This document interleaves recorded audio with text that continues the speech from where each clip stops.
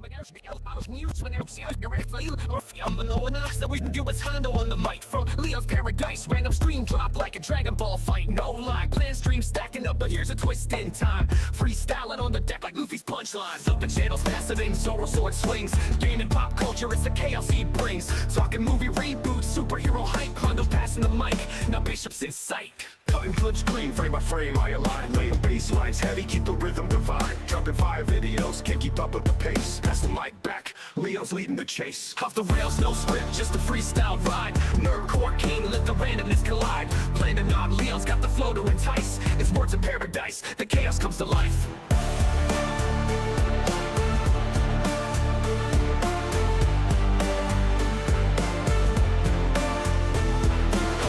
No script, just a freestyle ride. Mirrorcore king, let the randomness collide. Planning on Leo's got the flow to entice. It's words of paradise, the chaos comes to life.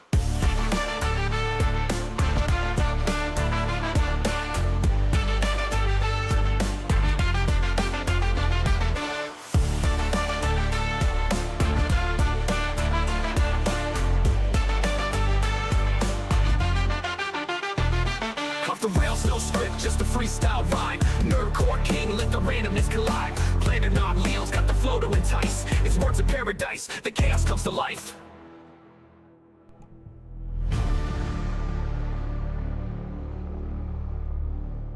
Welcome back to the Vital Idols. How you all how already screwed my intro. Welcome back to the lunch hour. How are all you Vital Idols doing? You can tell it's been a long day so far already. What is up, crew? We got a hell of a show for you today. Not only do we got the Frogan stuff, or as it was so aptly put by War Wizard in the comments, livestock in the thumbnail. Yes, not only do we have Frogan, not only do we have Asmongold news, but we got a slew of things to talk about today. We got some gaming news to cover, a fun little Mario video, which I thought sounded incredibly interesting. Also, something very unique popped up, or maybe it's actually getting less and less unique. Another female telling a story about why men's health matters. I'm liking to see this trend popping up of broads out there talking about men's mental health. And of course, we got something that I don't cover often, but love to when the time arises, which is health foods, with a video called High Fructose Corn Syrup Conspiracy. Truly curious what that could have to do with anything. But before we get into it, hopefully y'all spending your lunch hour nice and good, getting some protein in you. You know, the boy got some green tea, no sugar. That's that good shit right there. Let's see who we got up in this bitch. Alright, we got Lunar Lucidity, the multiversal magpie, who is 5 episodes away from Gear 5. You gonna lose your shit. The Gear 5, oh man, that whole arc is golden. Sleeping Nova is here, Free Expression Warrior. We got Scotty G in the house, War Wizard, Zalozi, Wee Jones. Don't accept a request from Rob Reiner or his wife. They were hacked. Bro, that's diabolical. Holy shit. Yo, we got Hypno up in the house. Shout out Hypno. Everyone drop the Hypno emojis in chat. I'm at egg and bacon on sourdough just in time for stream. Nice. I actually had myself some for lunch today. Made myself some bacon wrapped chicken grillers. So yeah, that was good. Matt Stanford, I'm here. I swear I see you. Les's Games. Howdy, what up, Les's Games? All right. I see plenty of y'all. Let's get into the content proper. Now, obviously, we can't lead the show talking about, you know, Frogan and Asmongold. Those are, like, I gotta whet your appetite a little bit. And how better to whet the appetite than with this right here? High Fructose Corn Syrup Conspiracy. Now, as somebody that cares very much about health food, you know, things that should and shouldn't be in our foods, we've got major issues with what is and isn't allowed in foods in the food processing system in America. Let's see what this all about. What up, Draconic? America has put men on the moon. We split the atom, and we invent. Have we though? I'm like 90% sure yes. But there's that 10% of me that's like, I don't know, dude, that Van Allen radiation belt. How we get through that, you know? Like, invented a series of tubes which we call the internet. For over a century, we've been leading the world scientifically. What else have we done with this scientific expertise? Well, we decided to put corn in everything. Gas, candy, soda, bread, dog food. baby formula, and sometimes undigested in your shit. Today, we're talking about the corn lobby, high fructose corn syrup, and the story of how a humble yellow plant managed to creep its way into American politics, American food, and American health. Yeah. Fun fact about your boy Leon. Corn is the one food I don't like. Like, obviously, being on the carnivore diet, all I eat is meat at this point. Meat, cheese, and eggs. But the only food in the world I dislike is corn. Now, I've got preferences like anybody else. Like, yeah, I don't really care for black olives on my pizza. Not because black olives are bad, but because, like, they just overpower the taste of all the other toppings. But in general, the only food I outright despise, refuse to eat, is in fact corn. None of this happened by accident. It was the result of one of the most successful lobbying operations in American history. This isn't a story about farmers. It's a story about policy, subsidies, money, and some obese consequences. I'm King My Trout. favorite kinds of stories. What? My hair? What are you talking about? Sit back, pour yourself. All right, out the gate, you about to drop a sponsor. You know how this works on this channel. If we be stealing motherfuckers' content, we let the ad reads play out. Let's go. A tall, cold glass of corn-filled goy slop, and join me today as we discuss corn. First things first, corn isn't evil. Maybe not. He was talking about his hair. I thought he was about to go into an ad read. Never mind. Corn isn't sentient. The farmers who are growing it are just trying to feed their families. The problem is when government policy decides that one plant is too big to fail. Corn becomes cheap, it becomes overproduced. Speaking of a plant that's too big to fail, anybody checked in on Candace Owens lately? And it becomes as unavoidable as the sweet embrace of death. None of that happened naturally. It happened because the government stepped in with farm subsidies, which were started in earnest during the Great Depression as an attempt to stabilize these farms. In order to prevent mass farm collapse, these subsidies were implemented in order to stabilize the food supply, prevent famines, and keep these farms afloat. All good intentions, but over time, Yeah, that's the story of our life when it comes to the government, right? Good intentions. these subsidies became permanent. They were no longer emergency measures, and there it is. of all the crops being produced, corn benefited the most. Why corn? Well, because corn stores well, ships easy, can be turned into literally anything, and it's politically useful. You want to know what corn can't be turned into? At least to my knowledge. The greatest beverage of all time that comes from the humble potato, vodka. In the 1970s, the economy was on a downturn, and there was a direct correlation between food price fluctuation and political instability. This is bad news if you're the president. Nixon's back! Nixon's Well played, Secretary of Futurama clip. Agriculture, Earl Butz. I would make a Butz joke, but guys with the last name Butz seem to come up a lot in my videos, so I've made plenty of Butz jokes. Anyway, Nixon's Secretary of Agriculture, Earl Butz, issued a directive to farmers to plant corn from fence row to fence row and get big or get out.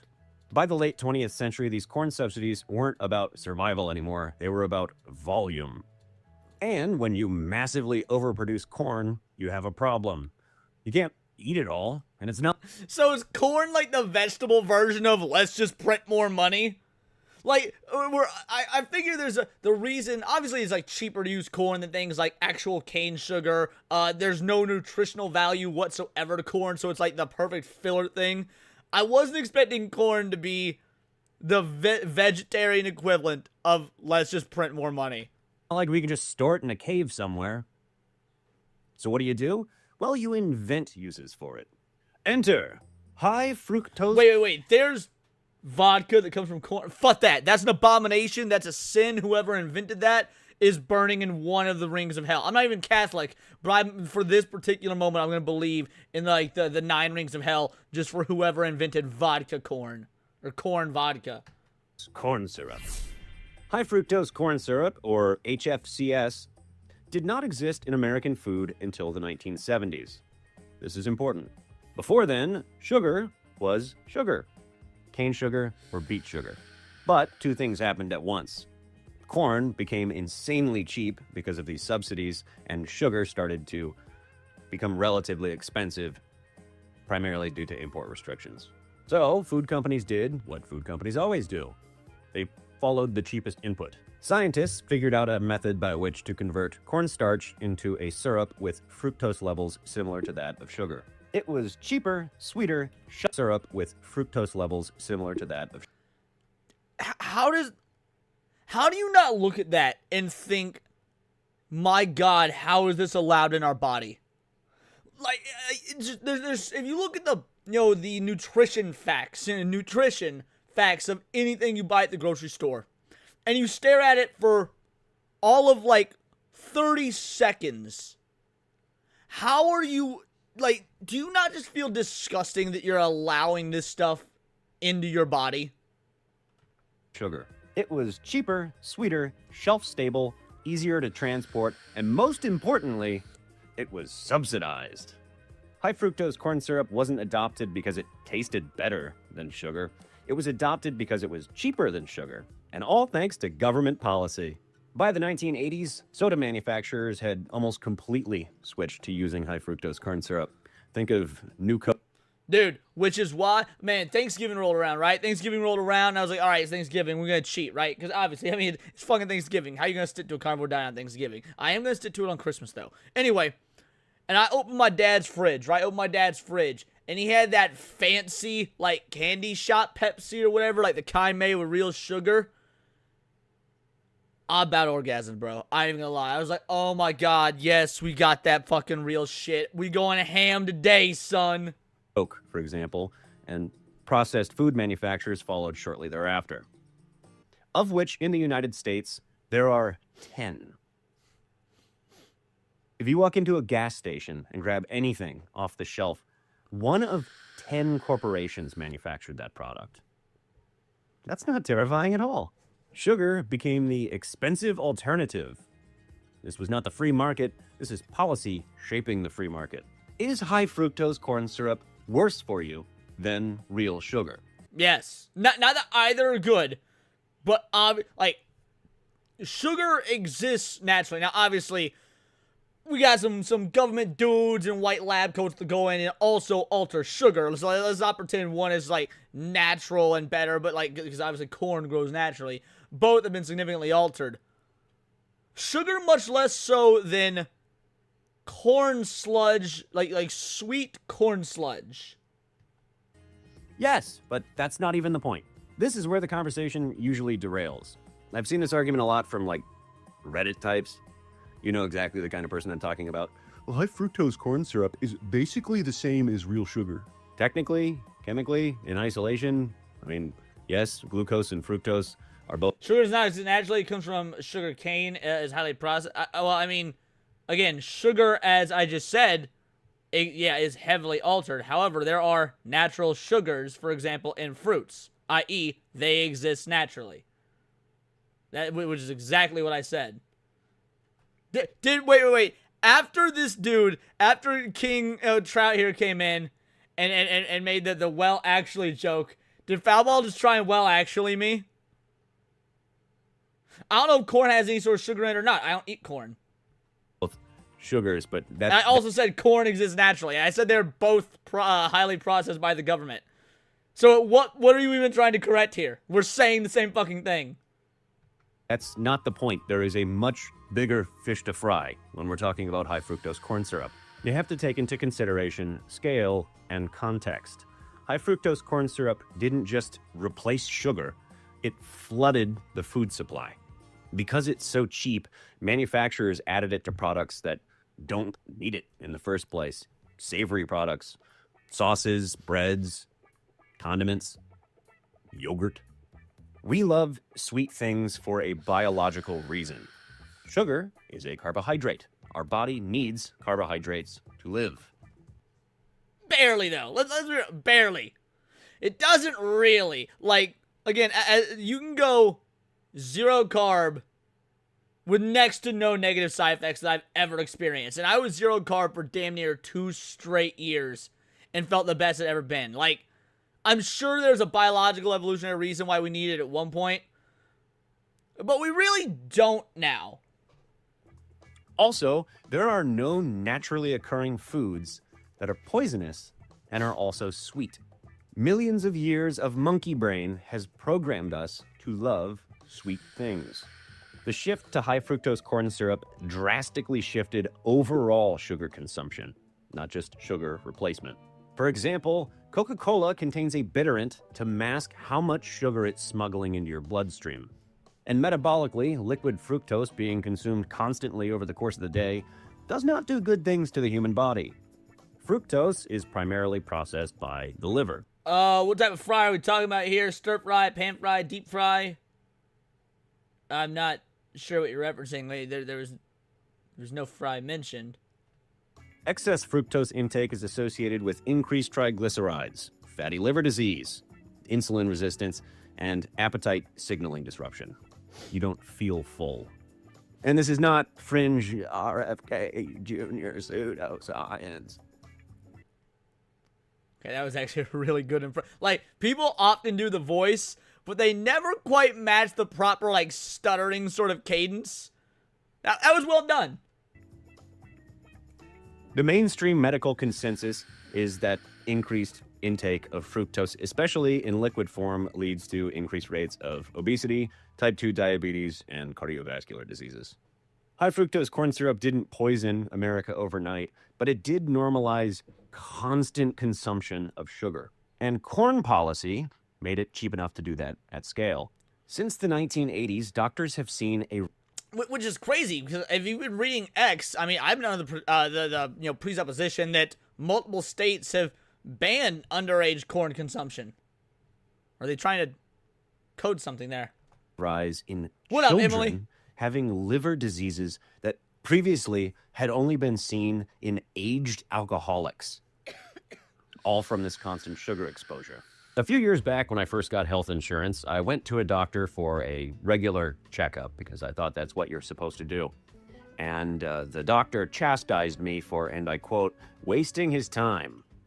It was at roughly this point in time. I've never gone in my adult life to the doctor for a checkup.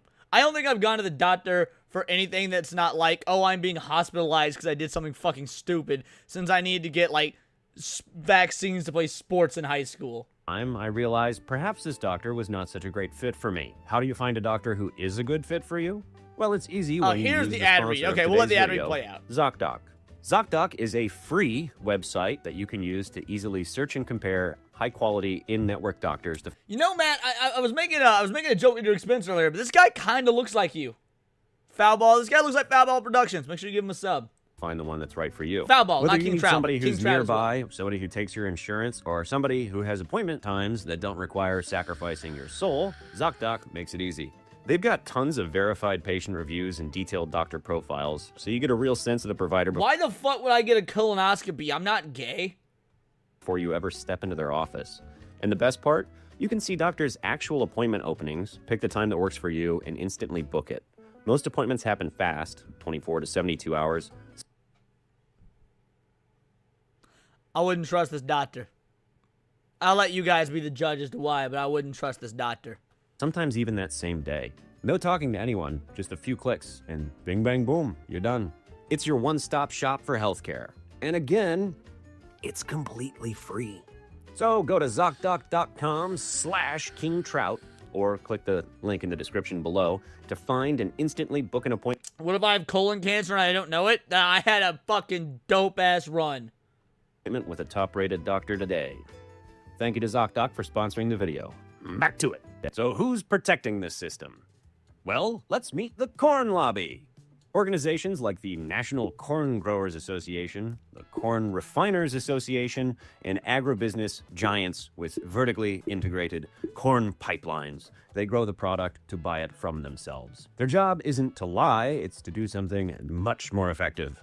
They shape the language around these topics, they fund scientific studies, they lobby, sometimes behind closed doors, they influence our dietary standards, and they frame any criticism as being anti-farmer.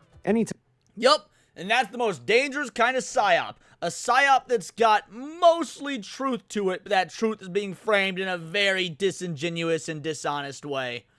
Time high fructose corn syrup is criticized, the language surrounding it is never that high fructose corn syrup is good or that it's not bad. The response is always, well, it's basically no different than sugar. To revert back to something I said a moment ago, I'm not here to argue about molecules. I'm here to argue about the point that these companies are intentionally smuggling unnecessary sugar into our food supply. Who else is to blame for this ruining of the American diet? In Iowa. Iowa holds a disproportionate amount of political power because it is a swing state and they hold their caucuses first. No, it's not all psyops. So, actually, we did a pretty awesome episode on psyops on Tinfoil Haters a few weeks ago that break down the different kinds of psyops and how you can spot them. Not all psyops necessarily use the truth even at all. Like there are psyops that are just blatant lies they just get the public to believe. But again, the psyops that include the truth are obviously the more, well, the ones that are the most effective. The Iowa caucuses mean that every presidential candidate has to show up, eat some corn dogs, and promise not to touch the f***ing corn. Both parties do this. The Democrats use it as an excuse to talk about ethanol and renewable fuel sources and all that, and Republicans use it as an excuse to talk about farmers and freedom and living the American dream or whatever. Meanwhile, the farmers don't give a shit why their corn is being protected, so long as it is. But neither party seriously challenges these corn subsidies because corn is economically entrenched, politically sacred, and for some reason viewed as, patriotic, growing corn. You can grow other crops, right? Ethanol mandates alone guarantee a huge demand for corn, even though ethanol's environmental benefits are questionable at best. Corn isn't just food. It's fuel, it's policy, and it's political leverage. And speaking of ethanol, ethanol is sold to us as green, renewable, homegrown energy. In reality, it requires enormous land use, consumes massive amounts of water, has marginal emissions benefits, and exists pretty much exclusively because policies related to it require that there's a demand for it. And it's great because he mentioned the marginal emissions factor. Yeah, except for the refineries that create ethanol also create just roughly the same amount of, again, assuming the math is correct on this, roughly the same amount of emissions as it would take to use gasoline to run your vehicles. Ethanol has always been a fucking scam.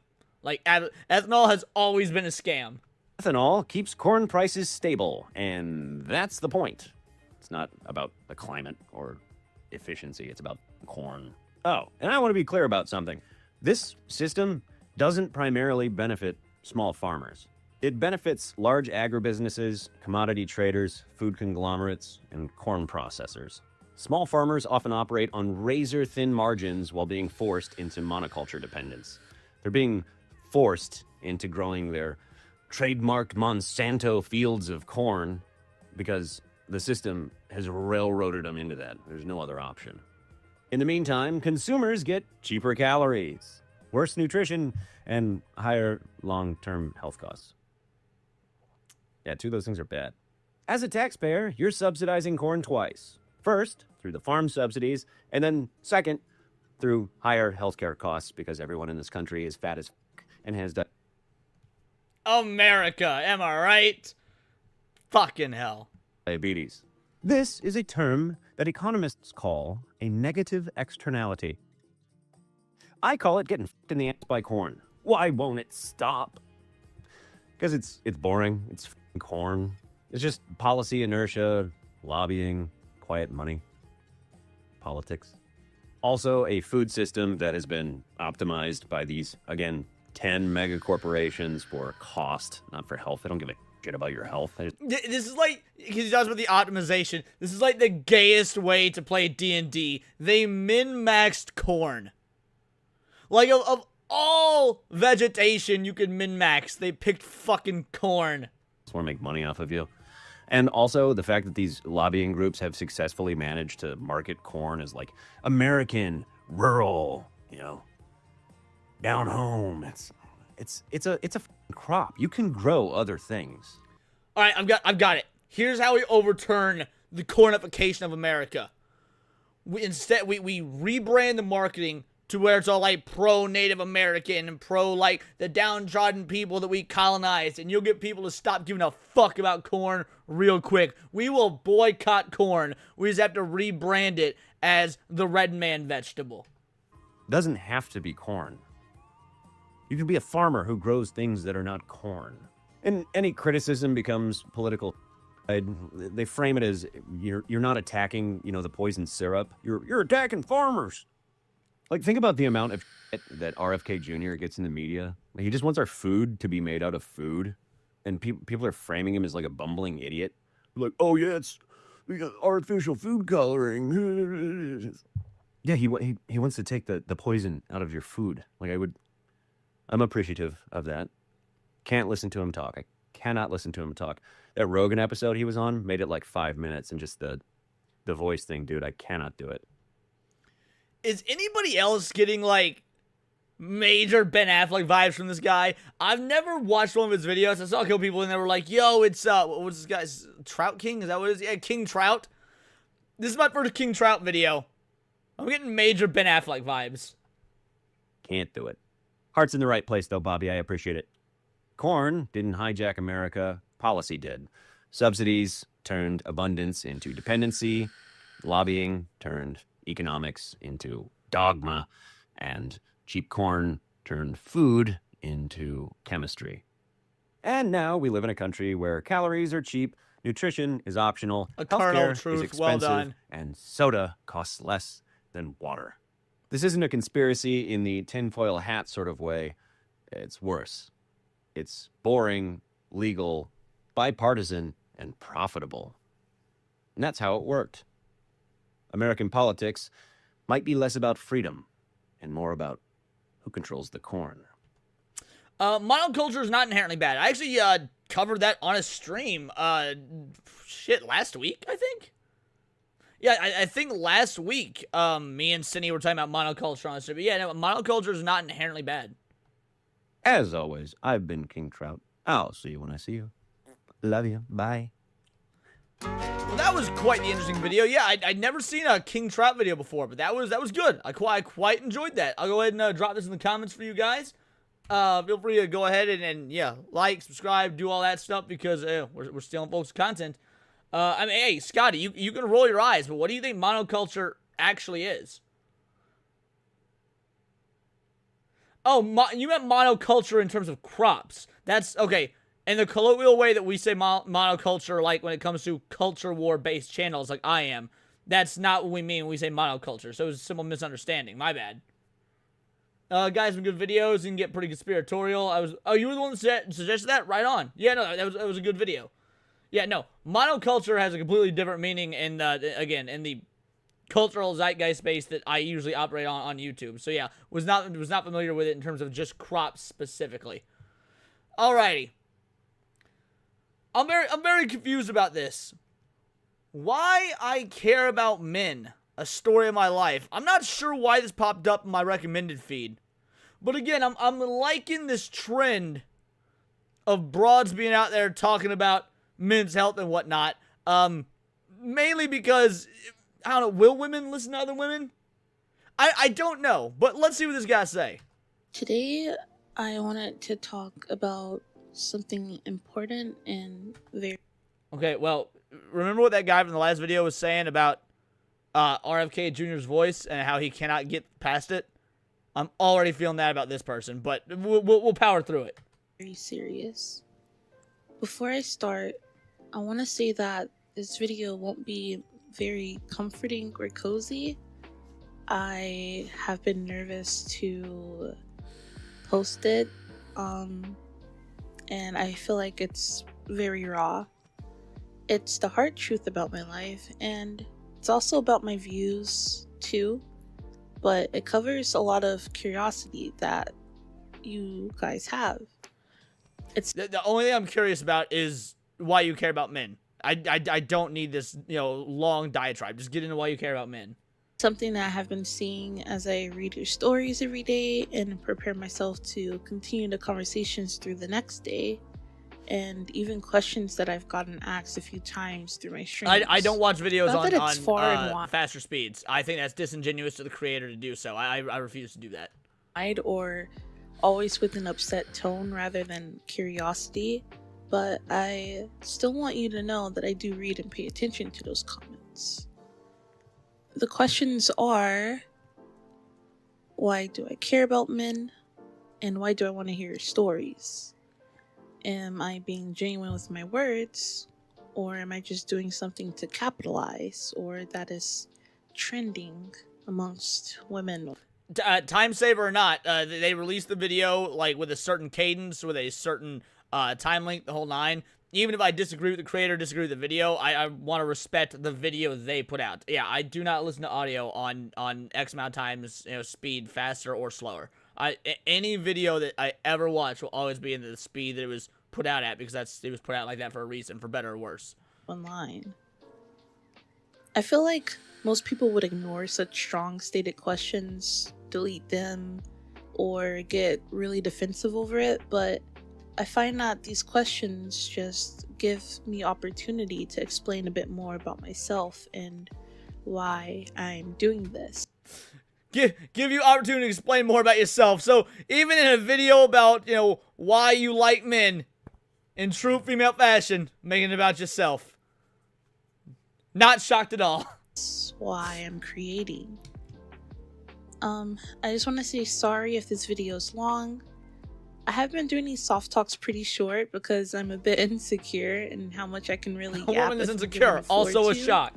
But I've been told by you guys that you don't care and would prefer that. And so for that, I really appreciate it so much. This will be a bit personal, but I feel like I can Get to trust the opening fucking up to point. the space we have all built together. So I don't mind at all. And I love that I Broads sit there and wonder why men don't listen to them. It's shit like this. We over 2 minutes in, and it is just rambling about shit that is irrelevant. get to share this with you guys today. I want to start with the first. I am letting her speak. However, I'm giving my thoughts on it, as is supposed to be done when you do a reaction video. First, the main question. Why do I care about men? I want to start with what me and chat called Tilly lore yesterday on stream. This part will be long.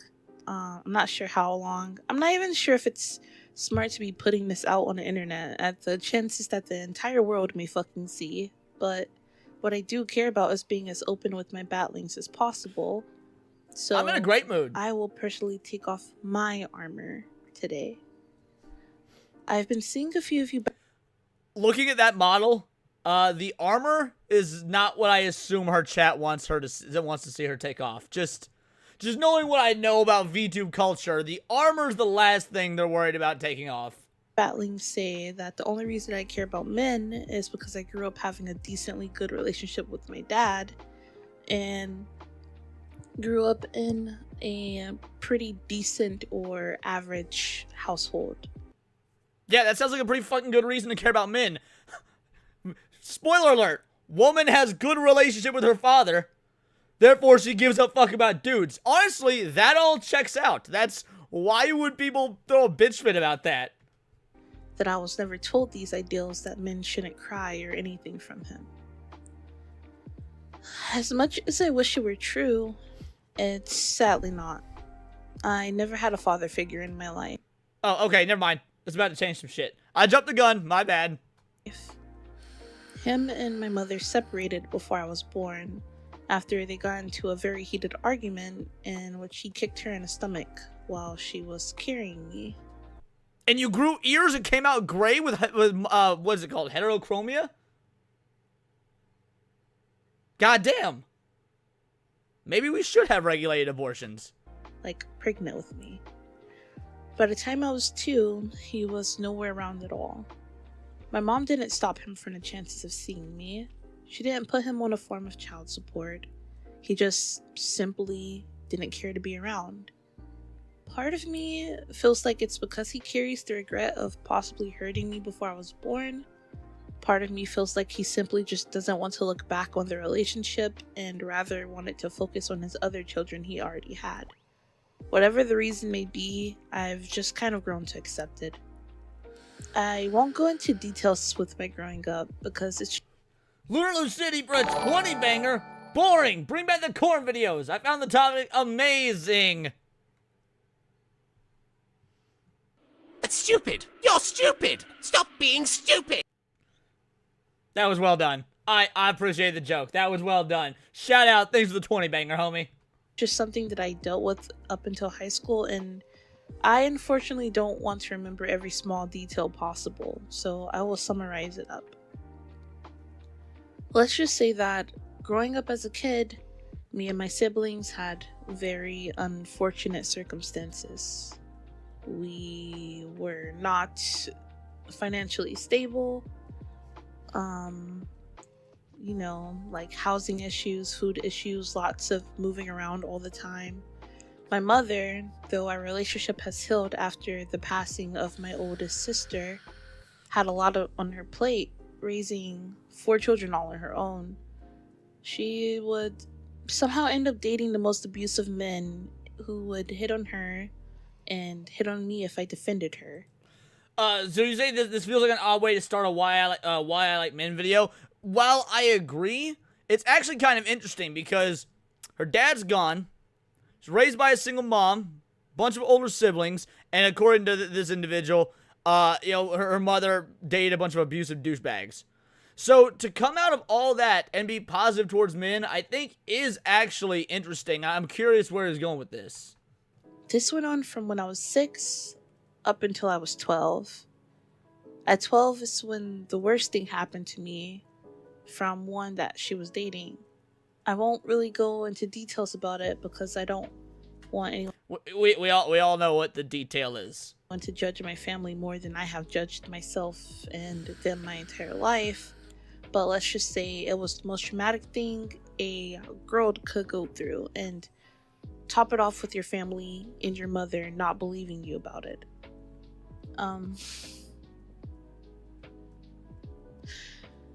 From there, I became closed off, introverted, and very to myself. I developed anxiety and depression. We did not have the health care and the financial stability for me to see a therapist. I've never had a therapist, Lord. I feel like the world would be a better place and I'm not making you feel sad. This broad is. All I'm doing is sitting here to see what she has to say about why she likes men. shinier if I had a And mind you, I appreciate that this is a VTuber that looks like this that does in fact like men, because one look at this model and you would instantly think rug muncher. So therapist. Probably wouldn't fix all my problems, but that would be cool. I don't even have a primary care doctor as of now, and I'm 25 years old. But anyways, I pretty much became what society would deem a girl failure. I started off young playing video games with my brothers, but by this point in time, they were adults in completely different states from me, and I was with my mom and him and young. I had no one to defend me. My sister, who I consider my second mom, even though she's not here, she passed away 5 years ago, her husband was also abusive, so he clearly was not there to defend me. In fact, he shot at me when I was 18 for defending my sister from him. Luckily, I did not get hurt. I don't know what matrix move I pulled off to dodge that bullet. oh, she means he literally shot at her. I thought like shot her a comment or like shot something like again like a verbal shooting. Means literally shot. Damn. But I did. Anyways, I got heavily into video games and anime, and became even more of an outcast at school, being bullied by the girls and the guys of my grade, like everyone. I ended up getting to the point where I would skip school just so I could play games and escape reality itself. It was my safe space, my comfort zone, where I wasn't judged or anything by NPCs. During high school, I got into a relationship with a guy, and for 4 years it was okay until I was cheated on and left. There was just so many arguments and just... I feel like I dodged a bullet in the end. After that... I mean, you say that, but you just explained to us how you literally dodged a bullet. I feel like one of those things is far more interesting and impactful than the other. For another 4 years after high school, he had stalked me online. Is he still stalking me? I don't know. He doesn't contact me anymore, so that's all I really care about.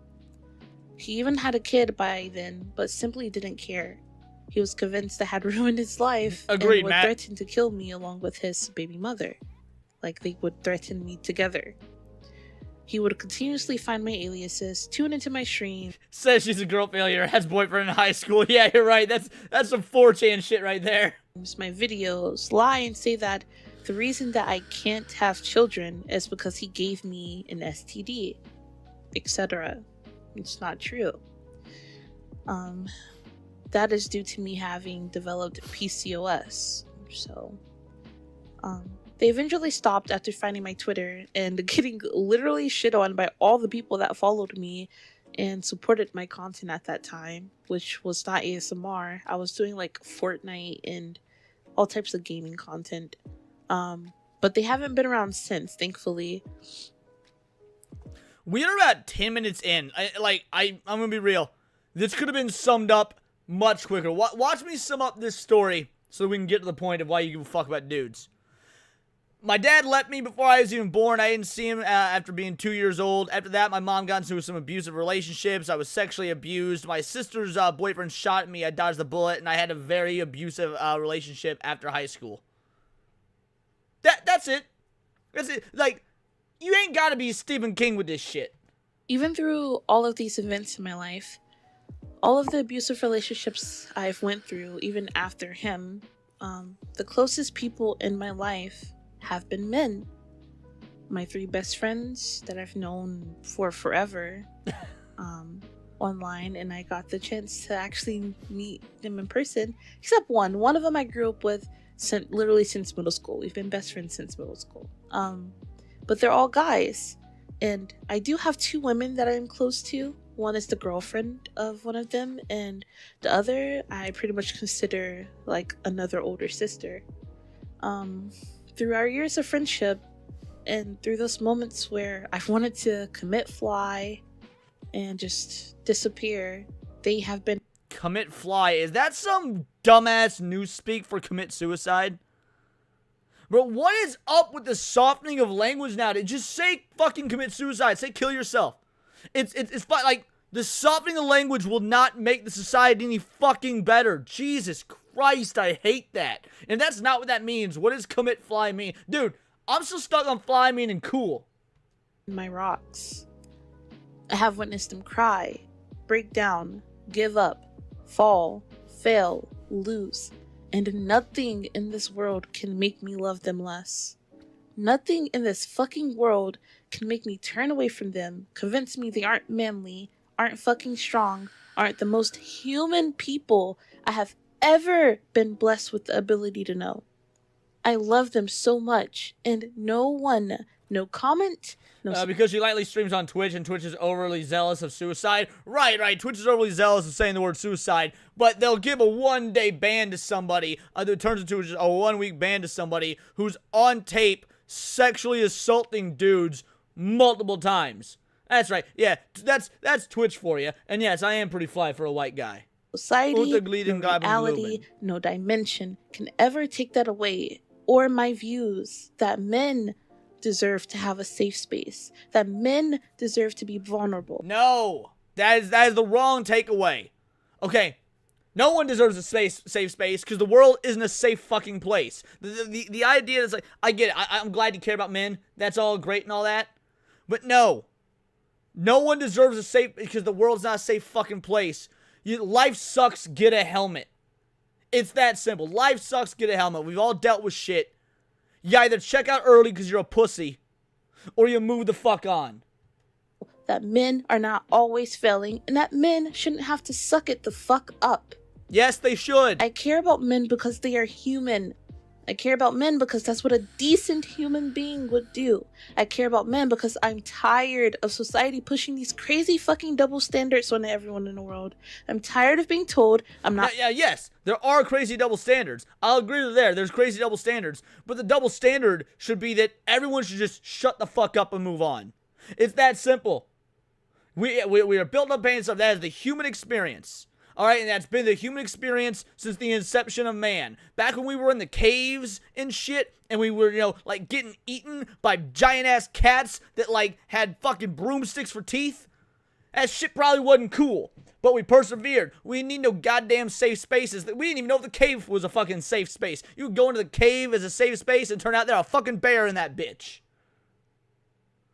This is insane.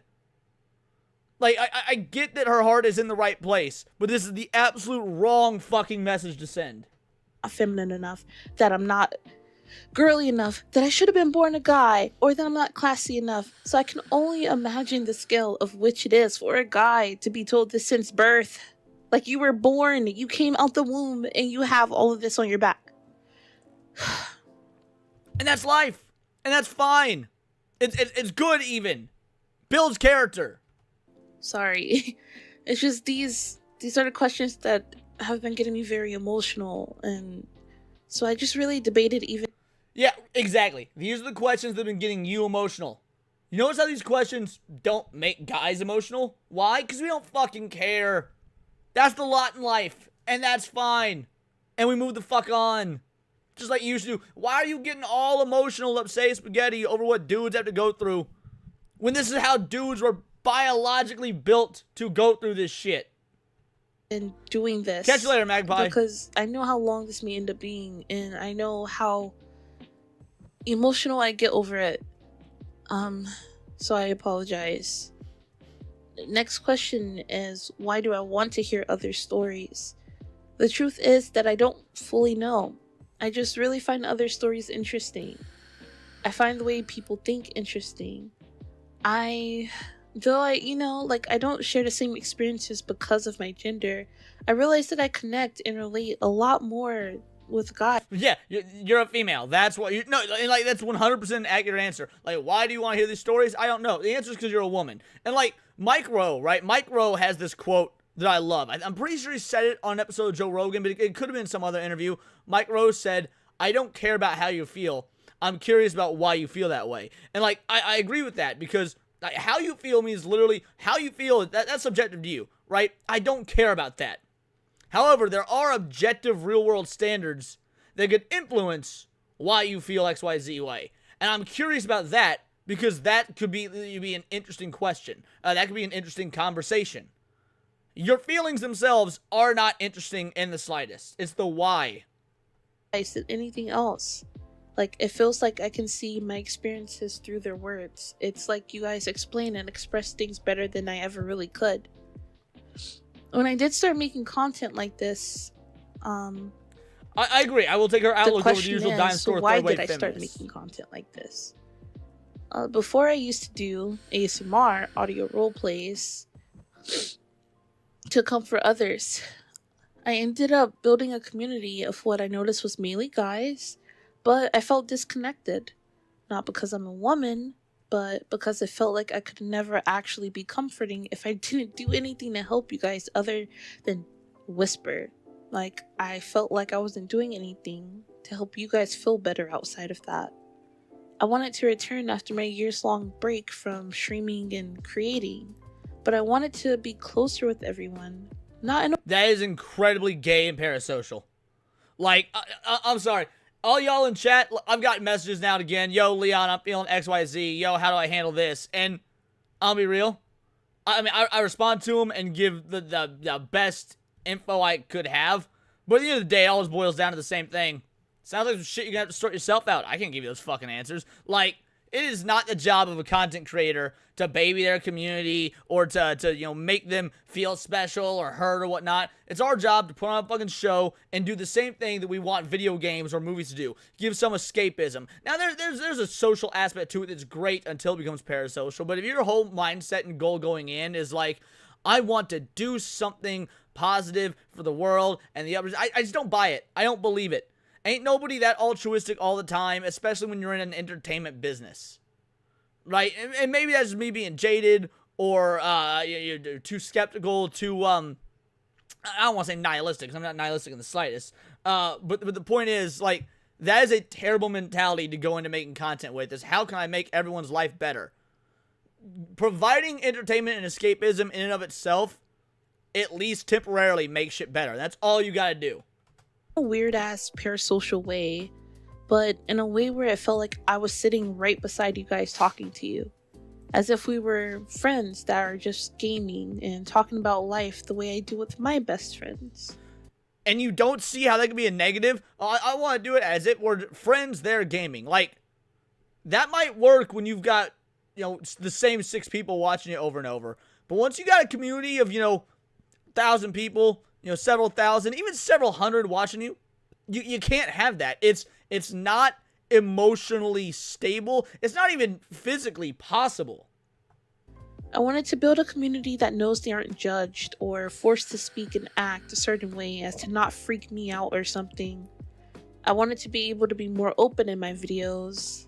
It's parasocial to agree. I've seen the chats we've had with you in here. Well, but we're doing it on stream, on the show. There's banter back and forth. There's entertainment. But when here's the deal. When I'm not streaming, when I'm not making videos, when I'm just like quietly playing video games on my downtime, or when I'm just watching YouTube, or I'm at the mall, or I'm hanging out with my family, guess what I'm not doing? I'm not getting messages from you guys, asking XYZ about life problems. Like, the Vital Idols are very, very awesome about not invading my fucking personal space when I'm not streaming, when I'm not making videos, or when I'm not, in the Discord hanging with you guys or whatnot. And that's how it should be. Because at the end of the day, once you cross that line, once you go too far, only bad shit can come of that. Now, obviously, like, me and Cindy are friends outside making content. Me and Cindy talk all the time. I could be at the mall, at the food court, or at the fucking Hot Topic or whatever, and I'm texting Cindy. That's because her and I are actual friends. We're actual buddies. By and large, y'all are awesome in that you're not trying to burden me with issues that you're having in life or whatnot when I'm not on stream or anything. Because y'all, at least most of you, so far as I can tell, have the understanding that, yeah, I'm a human, you're humans, we're all humans, but we're not like tight-knit friends or anything, because there's just, in my opinion, you really can't build that sort of relationship on some sort of entertainment value-based aspect. That's not to say it's impossible, but it's not something I'm willing to do, at least for the vast majority of people. Because if you do it for one person, then you gotta do it for everybody else. I still go to Hot Topic. Well, here's the dealio. I got an 11-year-old that thinks Hot Topic is just the coolest thing ever because all 11-year-olds do. So it's not really me going by choice so much so as, like, you know how preteens and teenagers can be with all that dark shit and whatnot and wanting to be rebellious. In Discord, yap, just fuck around and have my gaming streams feel like just another gaming session with my friends. I know that that's a lot different than how my videos are, but it's just because my videos are me being able to have thought about everything that I want to say versus my streams where it's just kind of on the spot and I'm just yapping away. I want it to be like the ones where we crack open Hot Topic coolers and sucks beers. now. I hate beer, but oh my goodness, I will down multiple Smirnoffs. And just get out the bong and just fucking vibe out. I wanted to form a space where you guys have the chance to get things out of your system, or just to know that someone is listening, reading, paying attention, and taking your stories to continue the conversation in the next videos. If you cultivate an audience that needs that sort of moral support, they need to be seeking therapy, not fucking sending money to a content creator to tell them, oh, you're perfect the way you are. Like, I'm sorry, that's fucking retarded. Okay, you can't sit there and be some sort of entertainment personality.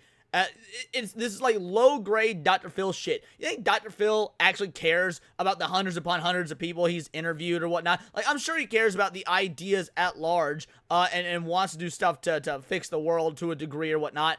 But, man, I doubt he remembers 70% of the fucking interviews he's done. Right? Again, this is either disingenuous or unhealthy, and I'm not sure which is worse.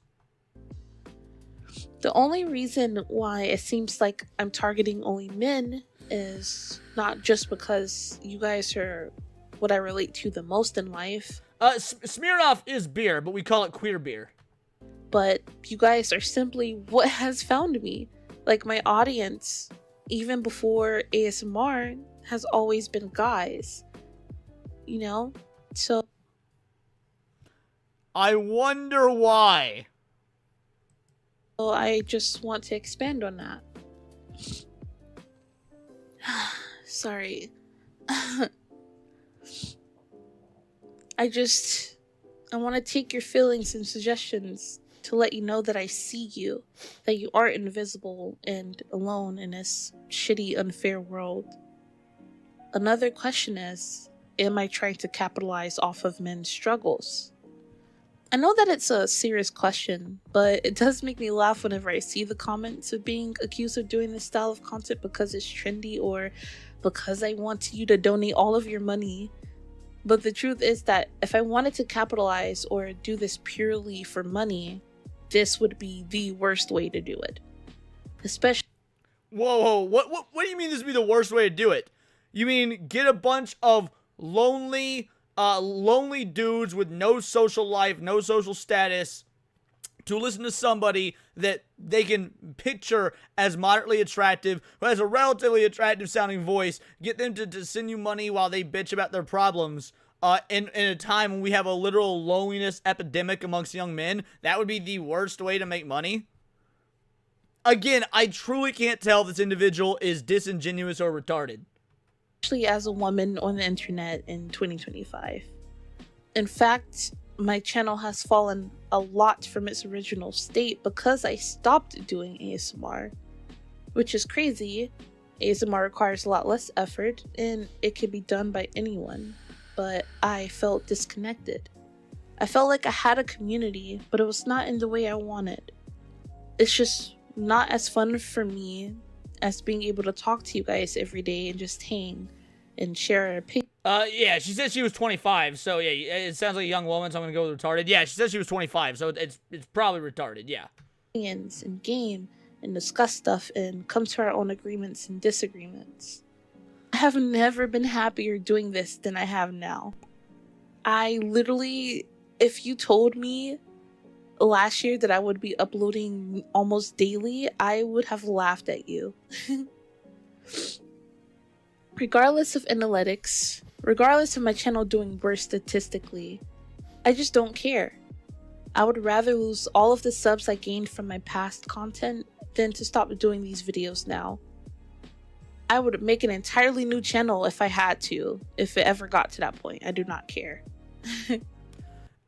This has been like 80% about her and 20% about, you know, men and men's issues. This is a ridiculous video. The final questions and statements have been about me wanting to build a parasocial audience to dump all of their money onto me, and to that I say, I would prefer to not have an audience that sees me as a possibility to date or get with. That's not what that means, though. Okay, like, regardless of whether that's what your intent is or not, that is what's happening. And that's what happens with the vast majority of content creators in some way, shape, or form. Like, obviously, not everybody... I would say the majority of people that watch any content creator understands that it's you know, where the line is. But you're going to have those that don't understand where the line is, whether it's because they're socially inept, whether it's because they just don't care, whether it's due to a control factor. They think they can drop a bunch of money and that'll make them, you know, they should get special treatment for that. Like, there's a myriad of reasons. I would say 80 to 90% of viewers don't do that. But there's a 10 to 20 that will, or at least will try to, or whatnot. So even if that's not what the parasocial relationship aspect is not inherently romantic. that's, again, a complete misunderstanding because dudes that are male streamers, there are male viewers that will have these parasocial relationships with them as well. You think that Asmongold doesn't have, there are a few people that feel like Asmongold is actually their friend, just a lonely dude in their basement who hasn't been laid in ages, who's always just buying the next fucking video game and then bitching about it because the women aren't hot enough, and then he tunes into an Asmongold stream and sends a bunch of messages, and he's not in his own noggin thinking that they're actually friends. Like, I'm sure there's dudes in Asmongold's chat like that. As of now, as of December 2025, I have a boyfriend. I'm genuinely Yeah, I agree with that, D-Stot. There's totally a line, but I think the creators, subscribers can be buds in a way.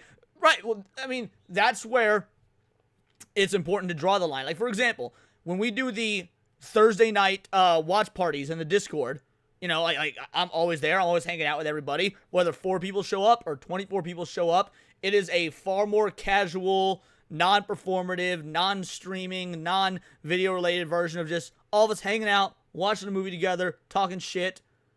But then when that's over, and I close out Discord, I'm not even wanting to be bothered by my own fucking family, let alone viewers. Like, but yeah, there's absolutely a crossover, but there's also just a line that shouldn't be crossed. the best relationship I have ever been in. Also, Hey, Leon, I've been subbed a couple months now. Want to be my best man? I'd officiate the wedding. sorry, if you guys can hear, my neighbors are outside screaming. He found me when I was nothing, and I found him when he thought he would never have anyone to love. We have cried together, we have smiled together. We may not be living life in luxury, but we are happy. He may not be a CEO, I may not be a supermodel, but genuinely, who gives a fuck? I don't, he doesn't, that works just fine for us. No, I gotta dress as Yoda and do the voice? Dude, don't tempt me. I'll fucking do it. I don't find him unattractive when he breaks down and wants to give up on life. No, I don't think he is less manly just because he doesn't have abs and muscles, isn't rich, is average height, and whatever else assumptions people keep making of me. Me? I'm a non-denominational Christian. I would used to claim Protestantism, but there's far too many issues with being Protestant. And then Catholicism, I've got a lot of issues with that. So yeah, non-denominational Christianity. I want to build a community that sees me as just me, not some girl that you'll be able to date in a few years. None of the idol culture shit where you put me on a grand pedestal and make shrines of me in your homes. Okay, you say you don't want that, and you're probably truthful and being honest that you don't want that. However, you also are making a video about why you care about men's issues, which is inherently going to attract a lot of younger, attention-starved, male loneliness, epidemic-induced dudes, and then you make 80% of the video about yourself. Like, what you're doing completely contradicts what you're claiming you want, and how do you not see the contradiction? I just want to be here. I can't promise that I will be considered a friend. I can't promise that everyone will trust my words or think I'm genuine. But I can promise that my space is for pure vibes, it's for comfort, and it's a place to forget and just be heard for once. I don't want your parasocial tendencies. I don't want your life savings. I don't want you to bow to me in my every word. I don't want you to see me as someone different than just a person.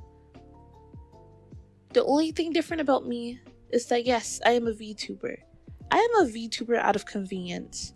VTuber out of convenience oftentimes means I'm too ugly to show my face on camera. Now, I don't know if this is the case for her, because some of those VTubers have gotten face leak pics and whatnot. Turn out they be highs and bodies. But I'm just saying, out of convenience, there's a reason a lot of motherfuckers go the VTuber route. I'm lazy. I'm too lazy to put on a webcam and make sure my lighting's good. That bright ass hot fucking light staring at my face. But you have to do all that stuff with VTubing anyway. Hold on, no. This is bullshit, because as somebody that knows many a VTuber, you still have to have all that stuff. You've got to have the camera, because that's what tracks the motion. You've got to have great lighting, because the better your lighting, the better the motion tracking works. Like, again, this is just an outright lie. All day long. Too lazy to have that going on. I'm too lazy to make sure my background looks cool. I just want to get on and talk and vibe. Just please continue to treat me as me.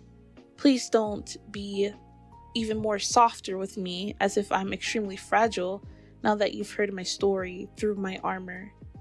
I don't want to be, you know, pitied. I'm not saying that it's not easier. What I'm saying is if her whole thing is I'm too lazy to set up lighting, I'm too lazy to set up a camera and whatnot, you have to do those things to be an effective VTuber. Like, that's just objectively true. Now, you could have a poor model, like a model that doesn't move very well, or a model that doesn't track very well because you're not doing the proper things with your camera and your lighting. But that speaks to the lack of effort that you want to put into the content itself, or the pre-work for the content. Because everything she says she's too lazy to do are things that still need to be done even with an avatar. Yeah. Oh, you're talking about doing it out of convenience because she might be ugly sort of thing. Yeah, that was just a funny comment. I don't want to be held like I'm a little baby, because as much as I have been through in life, it has made me who I am today, and has made me someone who's able to be compassionate and empathize with others and be able to connect with people without this big fucking veil of how everyone else thinks shadowing over me. I would like to remind you, this video is called Why I Care About Men. Parentheses, a story about my life.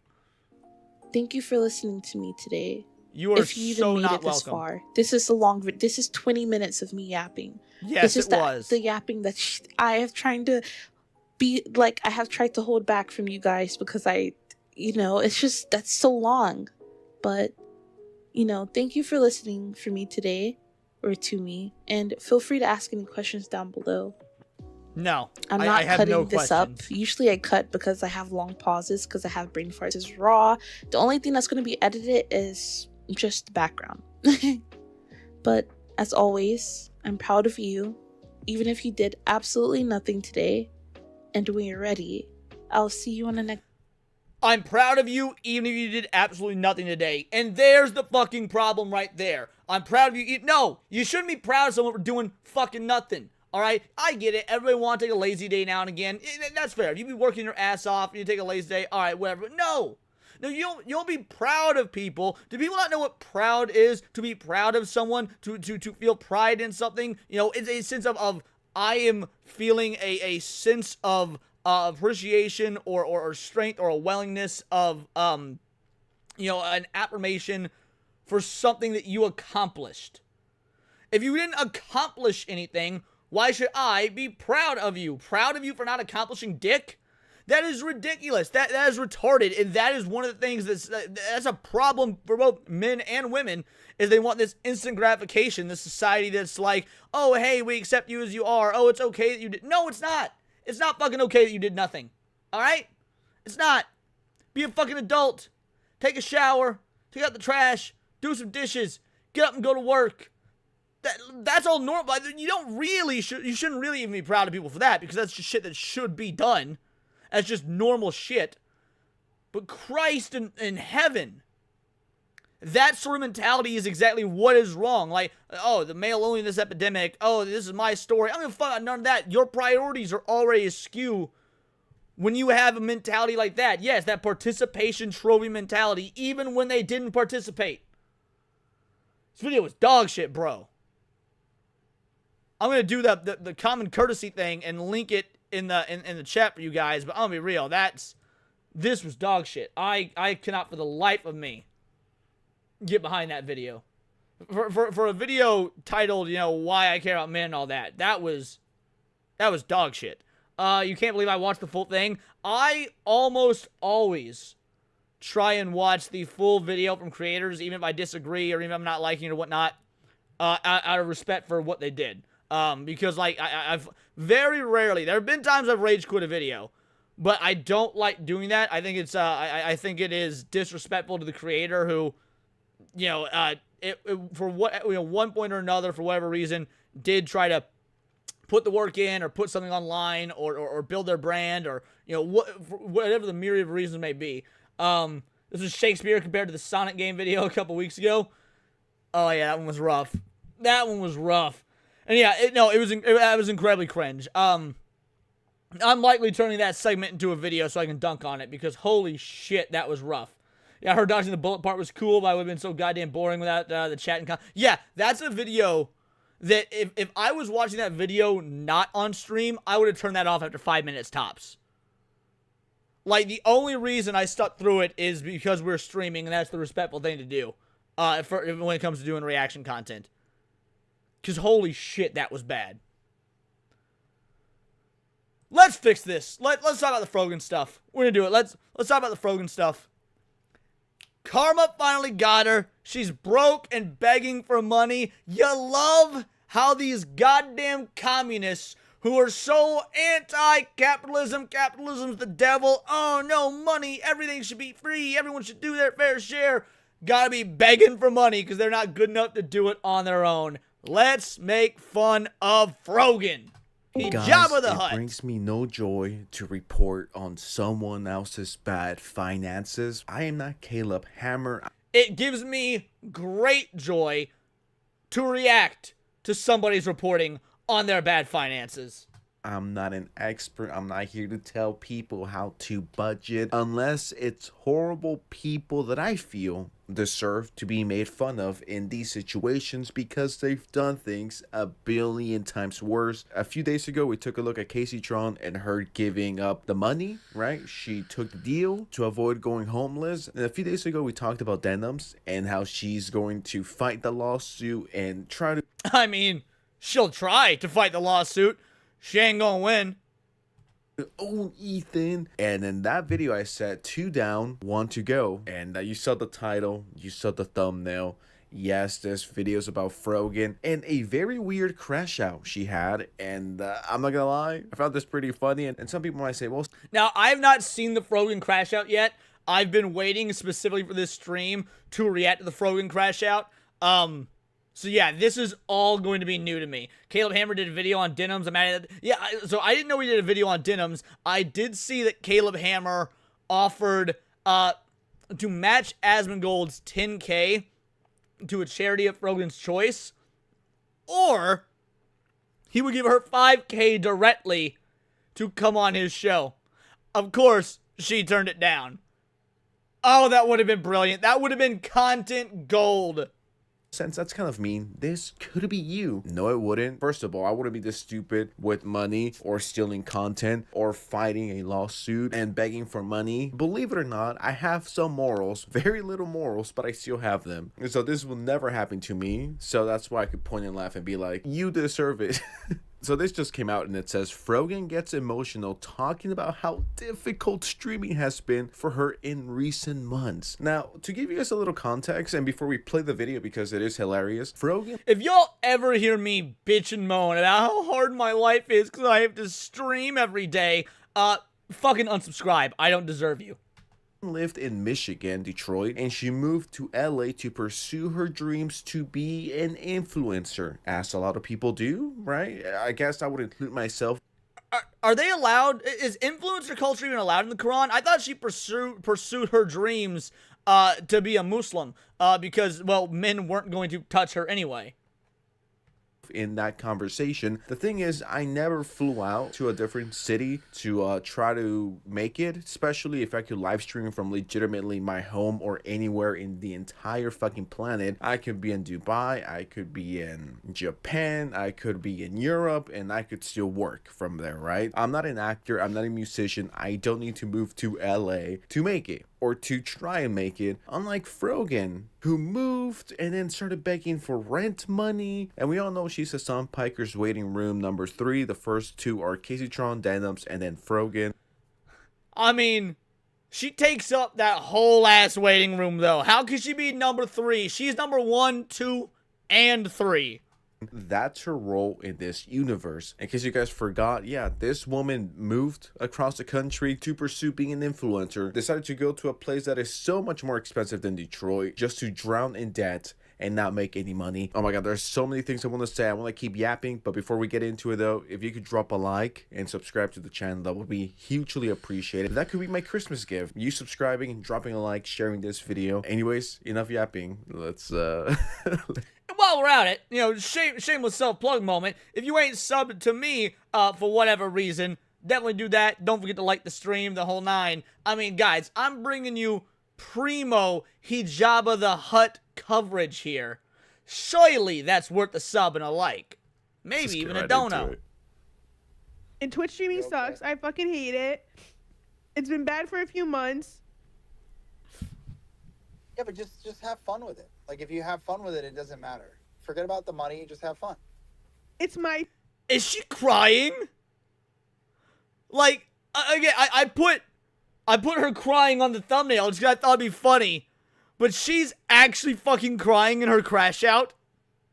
job, though. I have to focus on the fucking money. I know you do, but that's... Unfortunately, like... Bro, alright. Her versus Cynthia Erivo.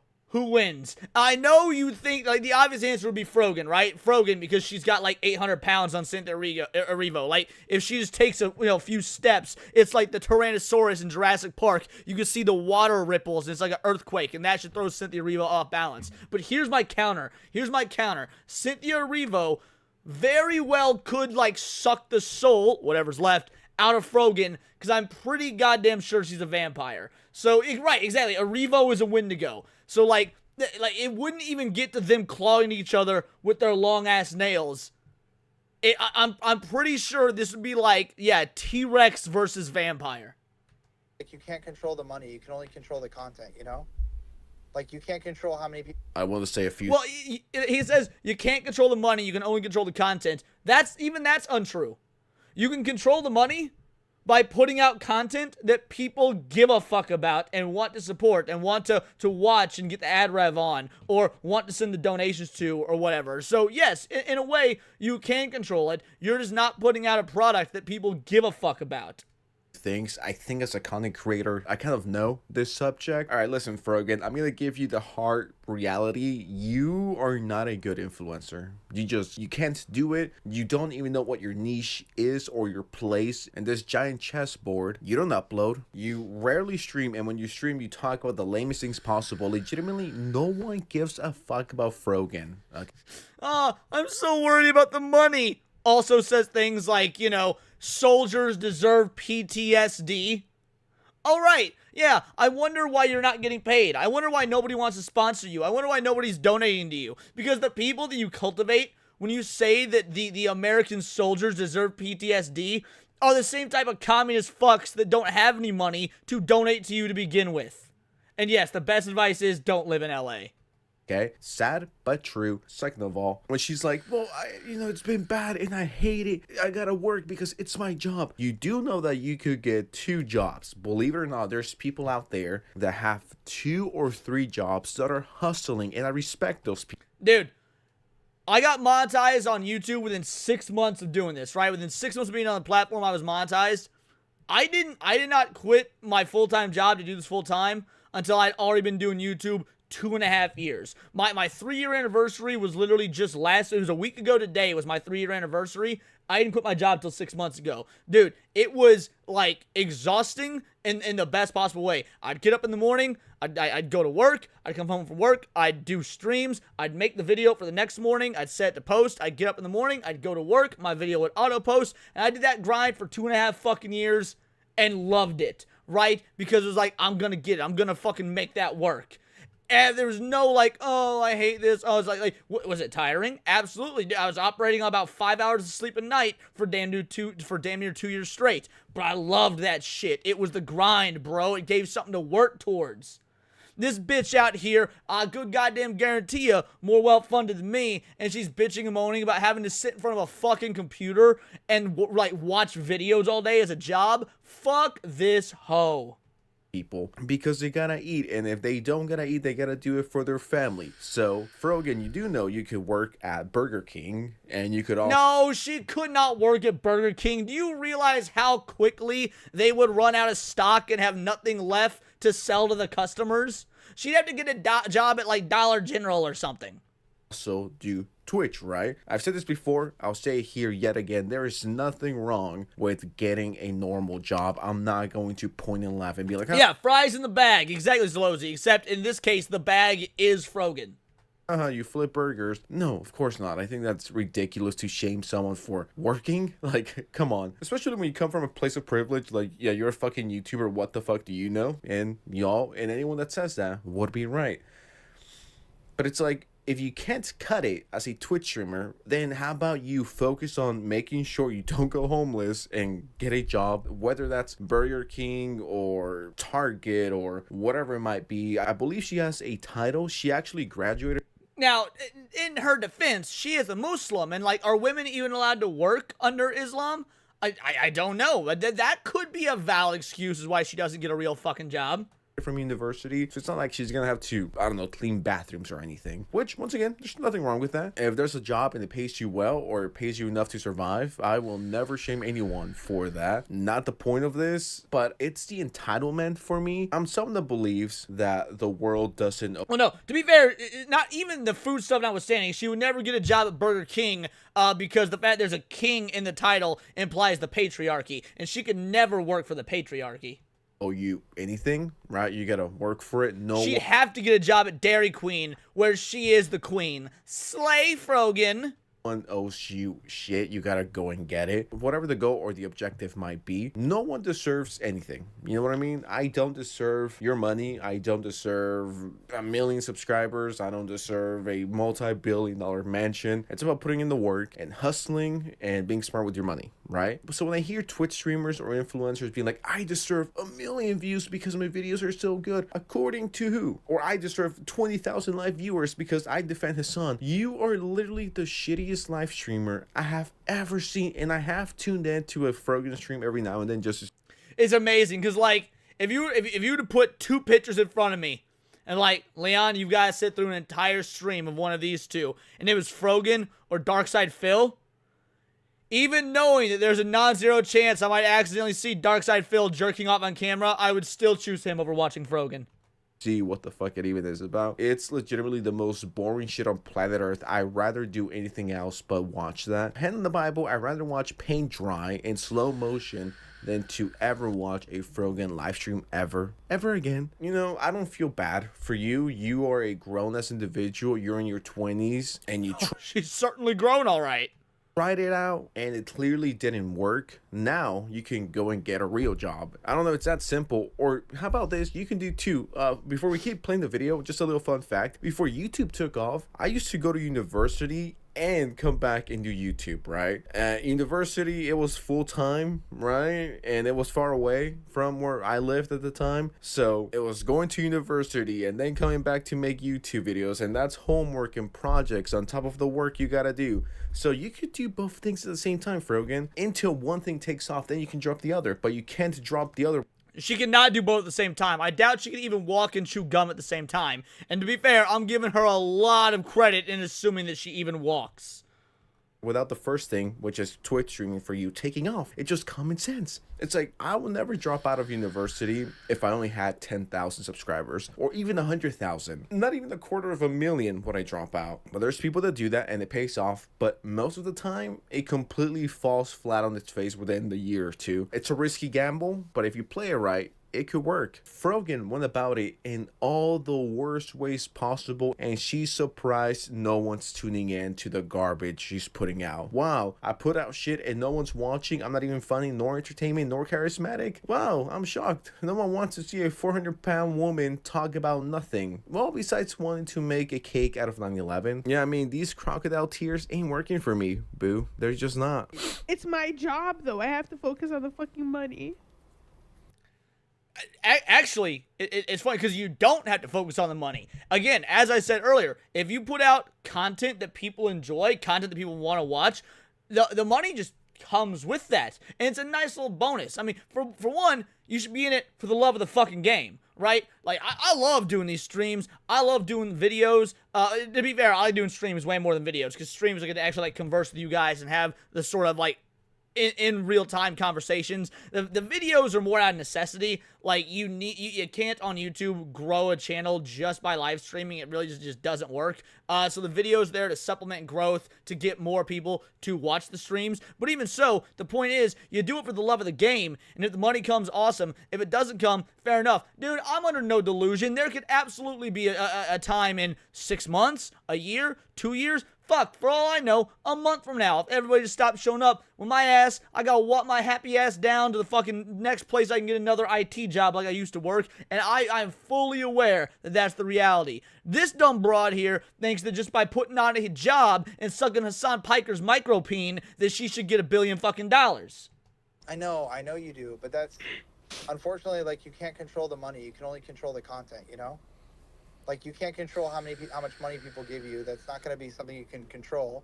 You can just control on how much fun you have, and then hopefully the money will come, you know? I mean, you could just put out good content. I don't know, that's just an option. That's just a suggestion. You know, how about you put out good shit and people might watch? People might not, but I guarantee you whatever else you decide to upload would be 1,000,000 times better than the stuff you're putting out. And it does not help that you're incredibly annoying and incredibly unlikable, and and incredibly overweight, which means you're not nice to look at. Because let's be real, if you a female streamer and you a uggo, is an uphill battle, and we all know how much trouble fatties have with going uphill.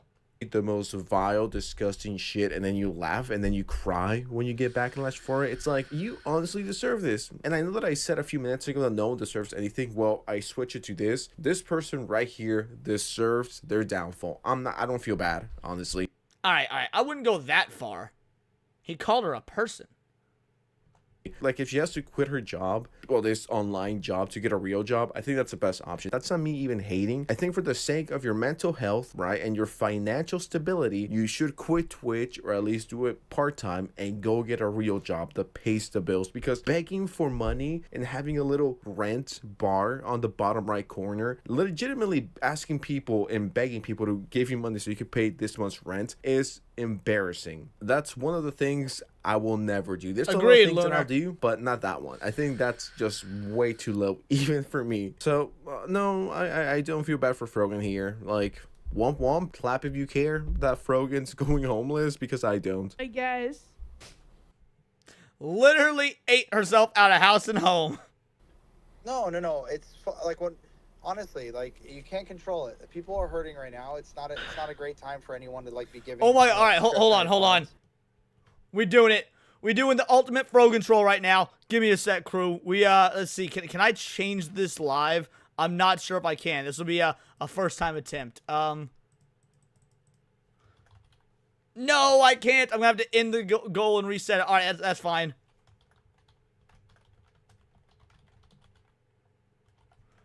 There we go.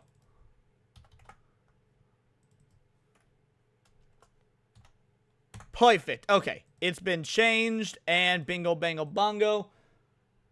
Rent bar, baby. We got ourselves a rent bar. Let's go. For Frogan. So if you just have fun, like, you're going to make money. Like, do your fun stuff. I love when I see you. I was just fucking with you, but I really do like when you do, like, silly stuff. You're really funny at that stuff. Like the Joker thing. Me when I'm lying. I don't think there's anyone on planet Earth that's alive that's ever said, you know what, the Frogan chick, she's pretty funny. I gotta give her some of my money. I mean, if Frogan is fun. All right, now to be fair, no one's ever said that about any female. Oh, she's funny. Maybe there's some exceptions, right? Maybe there's some exceptions. What's her name? The blonde comedian died too soon. All the plastic surgery. She was funny. She's the exception to the rule. And I don't even remember her name. Dude, that makes me the fucking greatest comedian of all time by those standards. Like, come the fuck on. You're really funny at that stuff. Cap. Like the Joker thing that we did together, that was hilarious. I'll come back to stream. Yes, Joan Rivers. Thank you. Nobody wants you back. Everybody. Finish your fucking YouTube video first before you come back to stream. I got yelled at today by my editor. He was gonna text you. He was so mad at me. I was like, I'm sorry.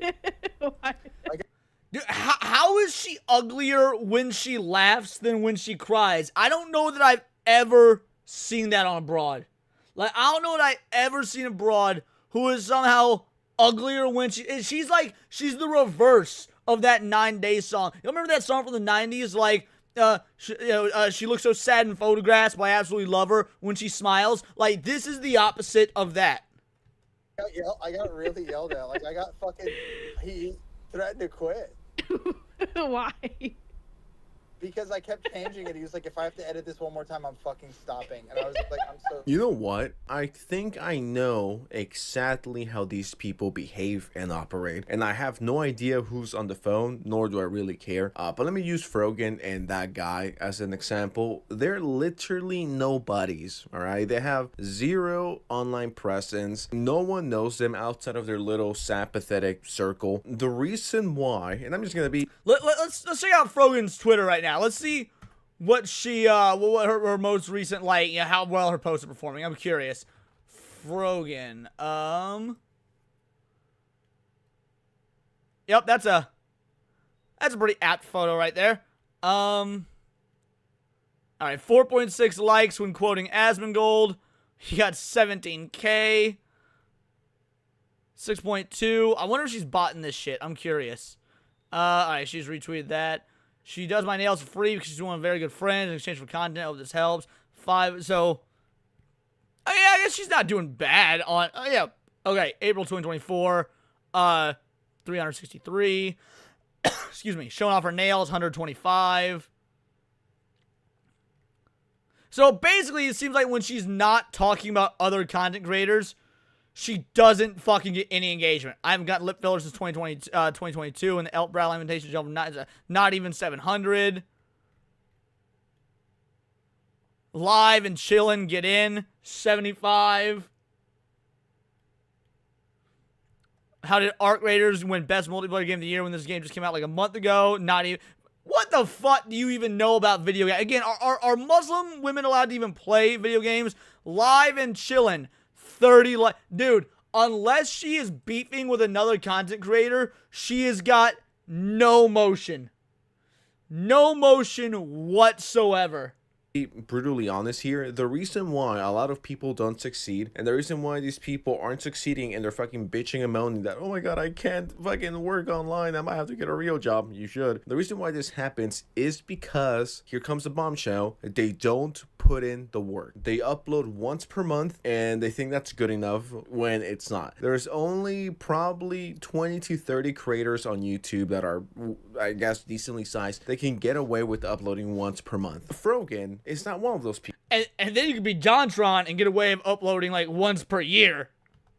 Because when she uploads, she gets like 1,000 views, and that's if she's lucky. It's a lack of passion, it's a lack of consistency. And how do I know this? Well, I'm a fucking YouTuber. I've been doing this shit for 4 to 5 years. I've been around. I know how this shit works. I know what happens when you upload a lot. Wendigoon, that's a good example. Per month, and I know what happens when you upload 10 to 20 videos per month. I'm saying this as someone that has the knowledge on how all of this shit works out, right? I'm not claiming to be an expert, but I'm just saying it's your lack of consistency and your lack of passion that's killing your ability to make money online, right? That's just the truth. These are the type of people that take fucking weeks to make a shitty video that no one would fucking watch, all right? Just to put things into perspective. And if that's your passion project, great, but does that pay the bills?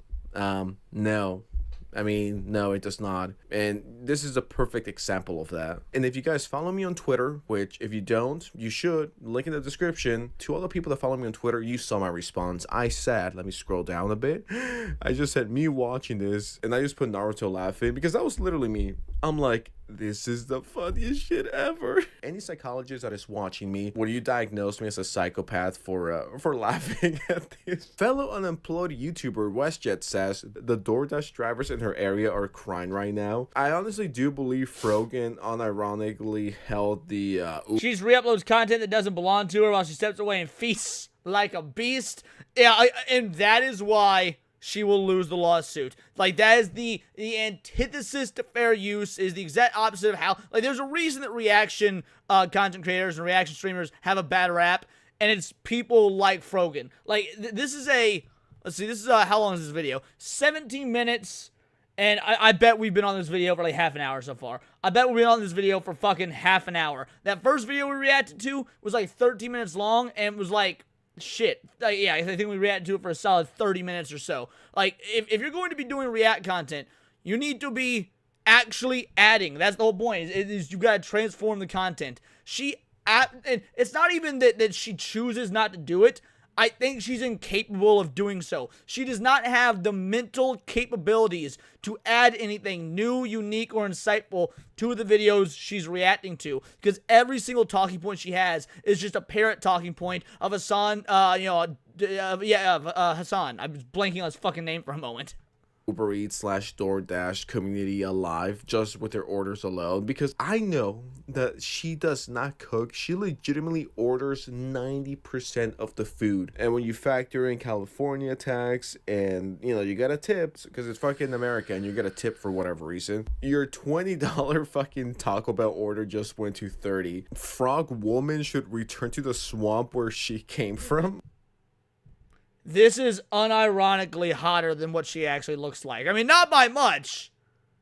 One's like a 1 out of 10 and one's like a 1.5 out of 10. But this is the 1.5. Alright, bro.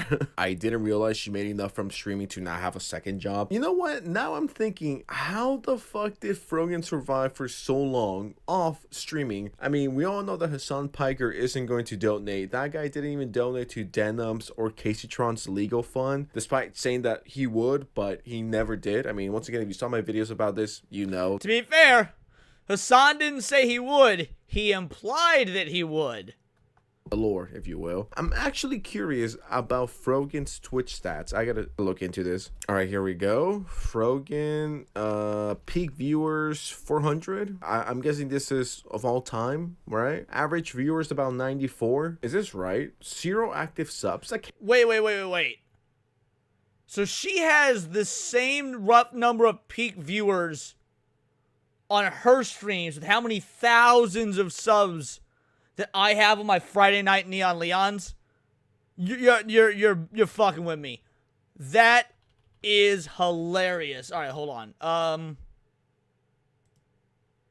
Yeah, average viewers. That's about what I get on Friday nights.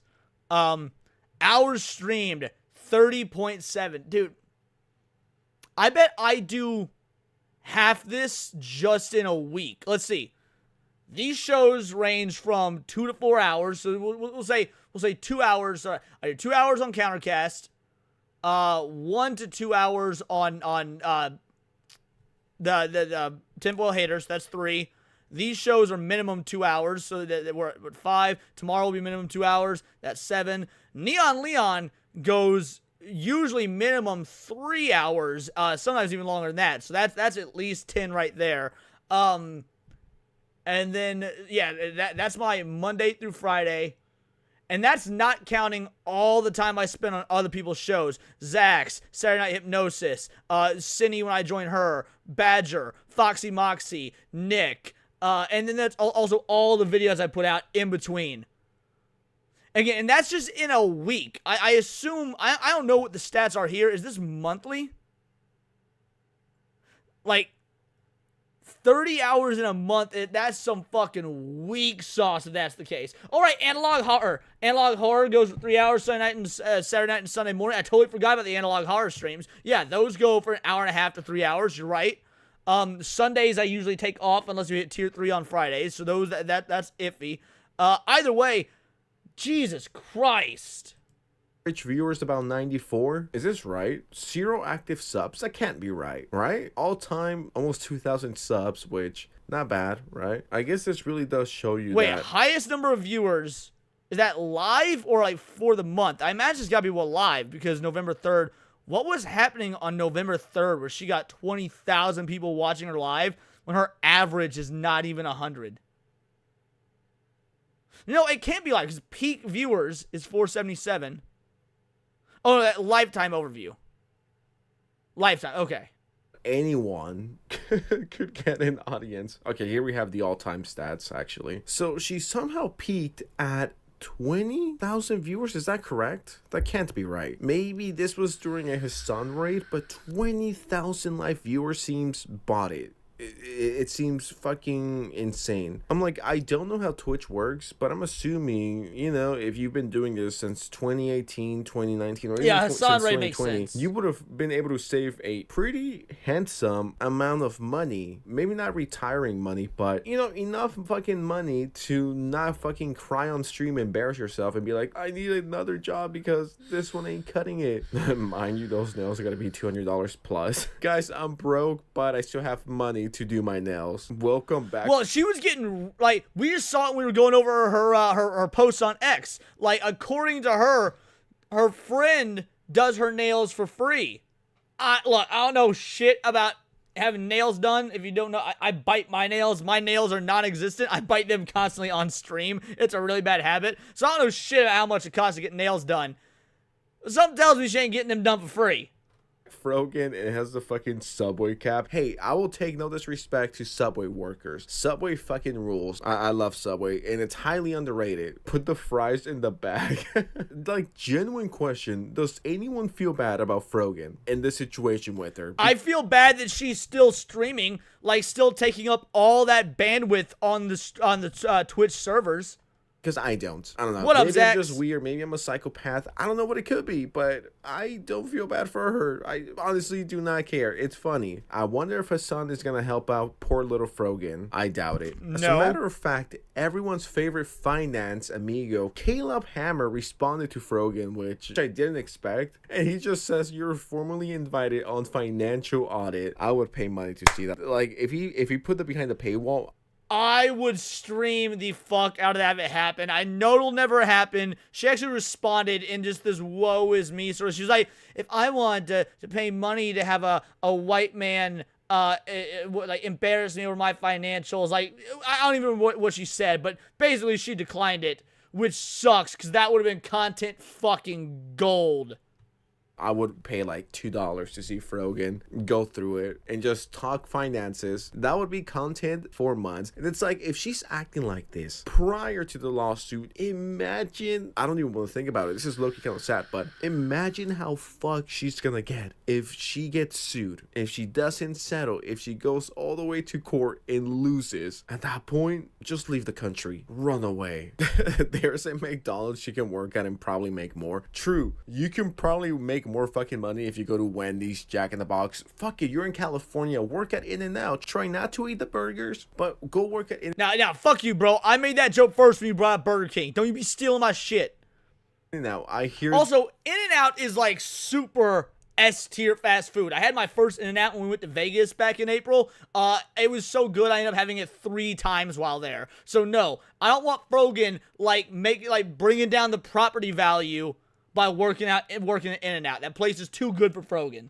The hourly wage is pretty fucking solid. And honestly, all joking and ha-has aside, it would honestly be Culver's is much great. better than whatever the fuck she's making on Twitch. How much could she be making on Twitch? $1,000? That is legitimately nothing in California. In my opinion, you need between $7,000 to $12,000 per month for you to live pretty comfortably in California, and that is with you owning a house. Because if you're renting and you want to get a cool place, you want to be like all the cool kids, you need like $3,000 to $4,000 for the rent alone, if not a little more, and that's already happening. Bro, fuck that. My rent isn't even half of that, and I live in the Midwest, like, you know, God's chosen land.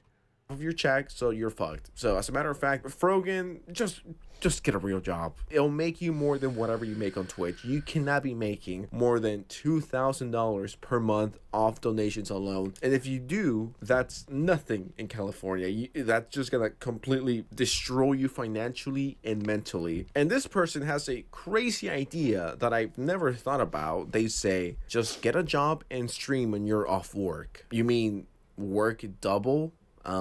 No thanks. I only want one job. I'm that fucking privileged. But yeah, there we have it. Casey Tron has fallen. Denims is going to fall. She's slowly falling in slow motion. And Frogan is seconds, if not days away from going homeless. So, I don't know, guys. I'm smiling.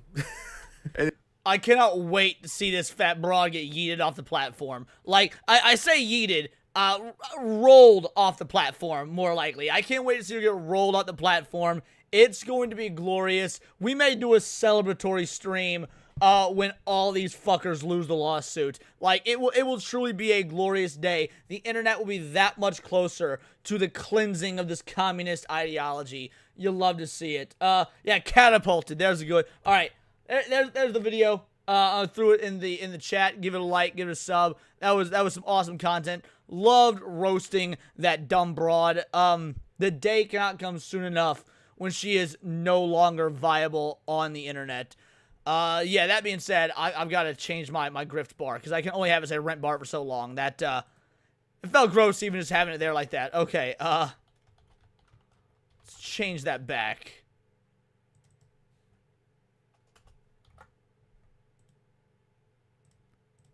There we go. Alright, perfect.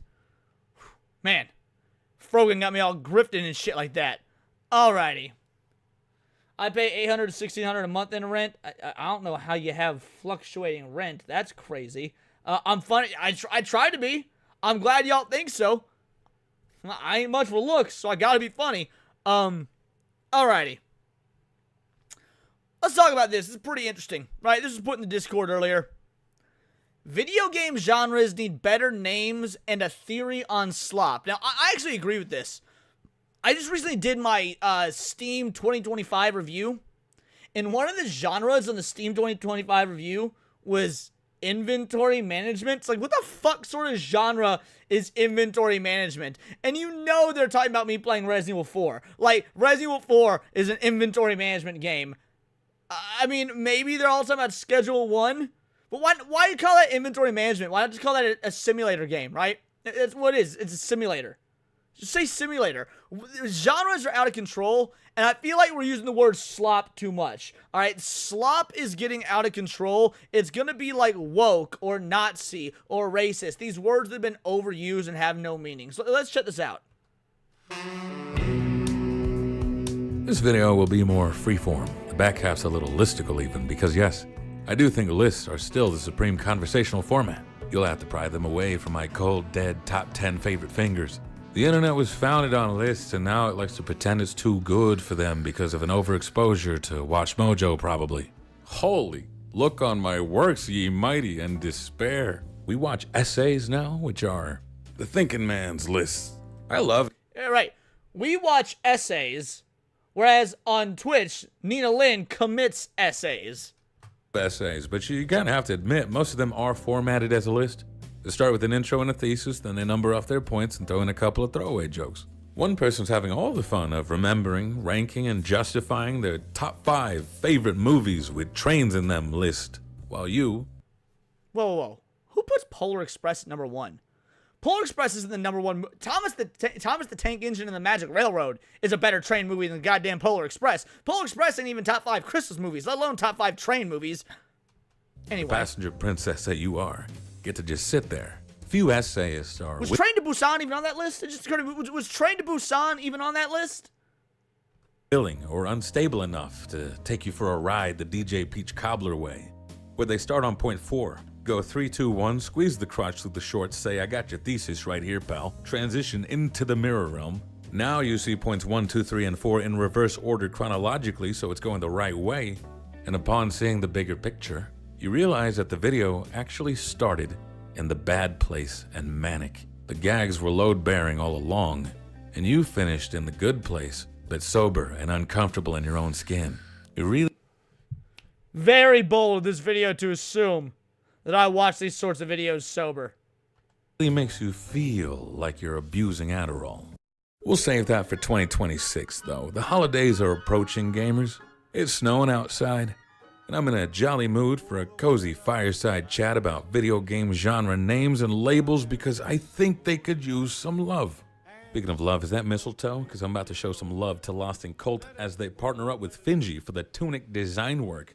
I love this game so much. It's a meta dose of nostalgia straight through the eyes and ears.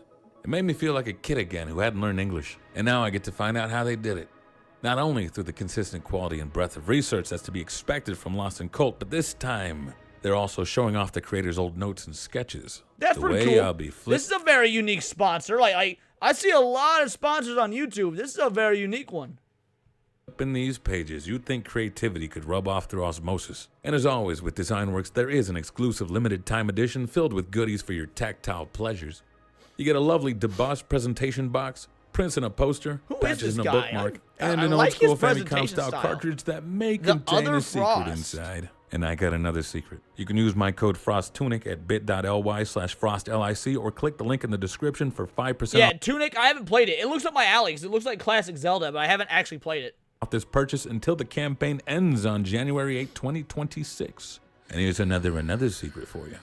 My code works on everything else in the rest of the store, but that stays between you and me and Lost in Cult. If nothing else, I want one thing to be clear. No one should care what names or labels people stick on your favorite games. It shouldn't make you like... I mean, you should care, because names and labels are part of how we identify things through language. It's actually incredibly important when having these sorts of discussions about genre, why they are attached to whatever genre they're attached to. Like, when people talk about how Resident Evil 4 is action horror compared to the original as being, survival horror, like, those distinctions do matter because of just how we communicate. Any less. What you love is what you love. As Shakespeare or Shatner once said, what's in a name? That which we call a rose by any other name would smell as sweet. Denny Crane. But consider, every language in use currently has named a rose something. It makes it easier to find more roses for your bow. Otherwise, you'd have to walk into a store and ask for a bouquet of those good-smelling red things with the thorns, and you can't get mad if you're given cactus fruit. Imagine how Juliet would have called out to Romeo had she not learned his name. Oh, mystery man I just met. Oh, fella I ran into at the party. Wherefore art thou, bro? Hearing this, Romeo would not have been so cavalier. He would have hesitated in the bushes, thinking to himself, God, I hope she's referring to me, or this is going to be awkward. Not to mention Felonious, because she's 13 and Shakespeare left my age ambiguous. I don't even have a comment for any of that. That's all accurate. I was trying to figure out how I could work in a Romeo and Juliet age joke, and he did it for me. Well played. Ought to be a law, and I got a good idea of what they could call it. But they also hesitated because names can come with baggage.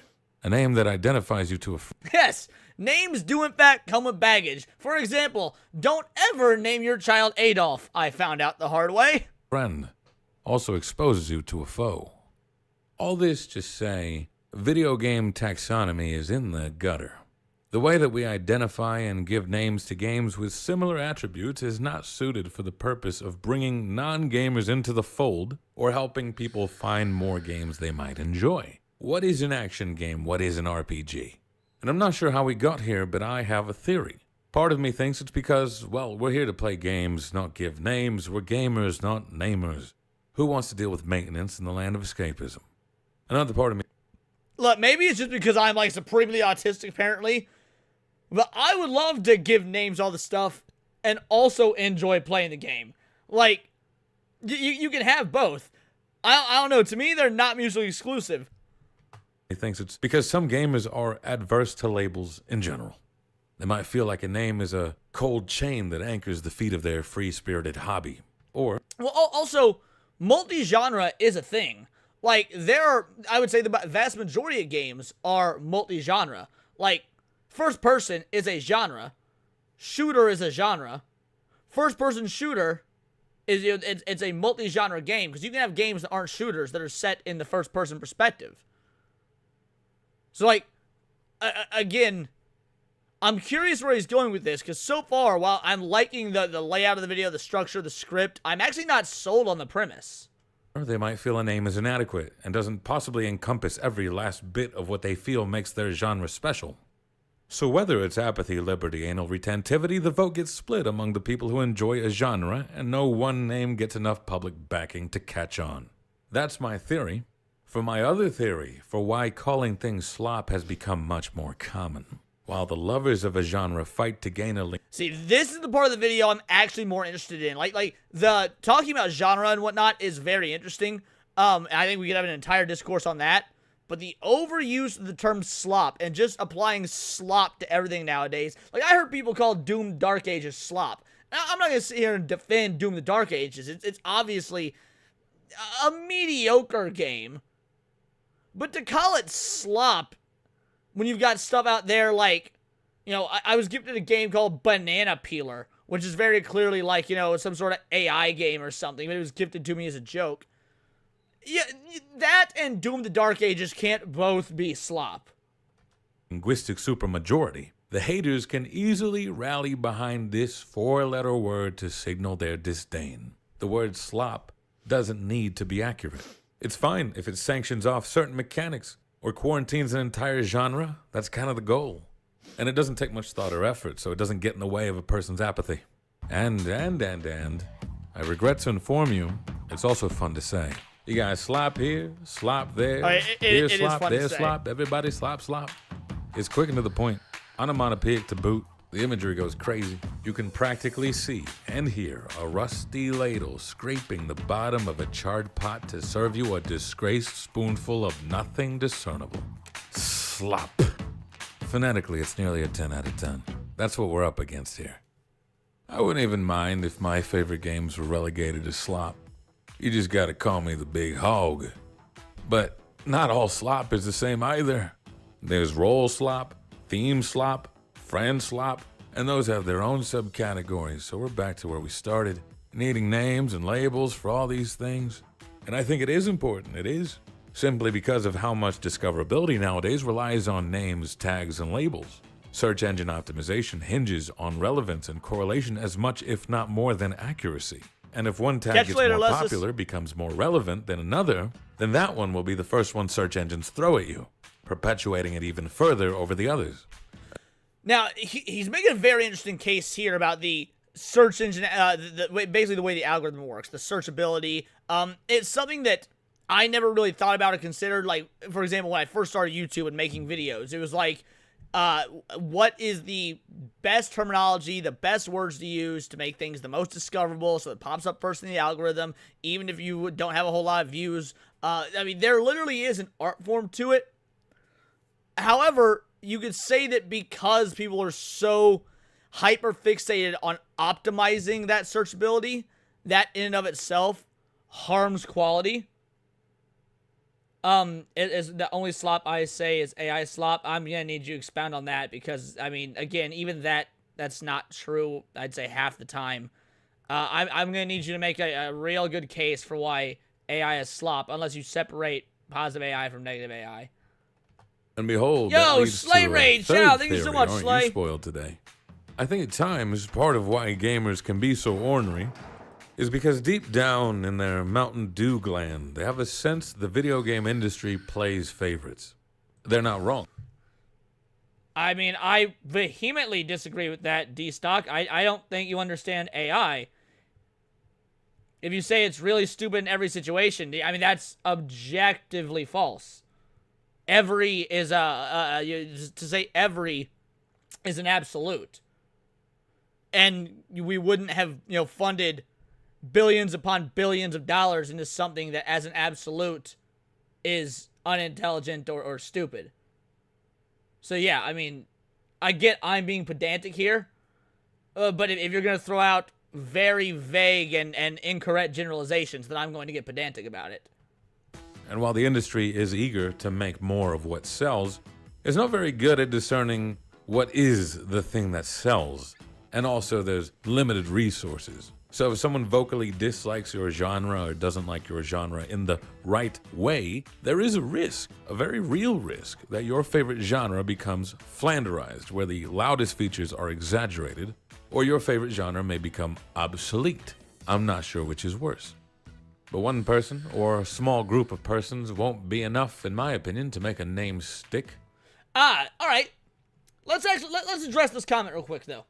When I say AI slop is current generative AI, I'm mostly referring to games like Black Ops 7. Here's where you're wrong. Black Ops 7 is not slop because of the AI. Not in any way, shape, or form. Black Ops 7 is really no different than Black Ops 6, which, to my knowledge, didn't use any AI, or at least any generative AI for, like, the call signs or whatever. And that game is slop due to the fact that it is a yearly release made on an assembly line with nothing new to offer, players or nothing new to offer really anyone, even non-players who are just casually observing it and can see all the problems with it. It's made by committee. There's no artistic integrity to it, even though it's being made by humans. Like, all the problems that exist with Black Ops 7 also existed pre-AI. Yeah, they use AI for the badge banner as far as I'm aware. Black Ops 7 is just a shit game. Exactly. So if people want to attack, quote-unquote, AI slop, which is fine to do because I'm even as a proponent of AI, I will absolutely call out the negatives. Hell, I did an entire video on the negatives of AI literally just last week. People need to be able to articulate what about the AI specifically is the slop part that also isn't being perpetrated by humans. It takes a lot of cool and influential people to make a word catch on. I am neither of those people, and I don't have high hopes for you. Don't worry, it's not terminal, but here's what we can do. If us non-cool and non-influential people gather around the same spot in the sidewalk, other people will be curious. What are those nerds looking at? And this sort of crowd magnetism will eventually grab someone who is cool and influential, or the cops show up for loitering. They can't arrest us all. I'll start with my overall favorite genre because, unlike in cooking, it's good manners to start every roast by first burning yourself. I'm fairly well experienced, educated, and up myself enough to feel comfortable in saying that the roguelike name is a lost cause, and not for lack of... I'm so glad he brings this up. Dude, maybe I'm gonna toss in my gamer card here to prove that I'm not a real gamer. I got no fucking idea what a roguelike is. I never fucking have. Like, I see all these games. Some look similar, some look... Like, if you look at a Metroidvania, I could tell you what a Metroidvania is. They're all relatively similar. Yeah, you're gonna have differences between games. To be fair, not many. It's a very oversaturated market. But roguelike seems like 12 different fucking genres game to game. It makes no... I cannot identify a roguelike just by looking at it because it looks different than the last several roguelikes. And they might have a few things in common, but a lot of games have shit in common that aren't part of the same genre, right? Like, heavy narrative-based story games can have a lot in common, even if the gameplay is nothing alike. What they have in common is that they're narrative-driven. I don't fucking understand what makes something a roguelike. Roguelike is when devs don't want to design a game. That's diabolical. Trying. Nerds were flying out to development conferences in Berlin to create a document detailing what they associated with roguelikes of their day and continued to update that definition as time went on. They wrote things like the purpose of the definition is for the roguelike community to better understand what the community is studying. What does that mean?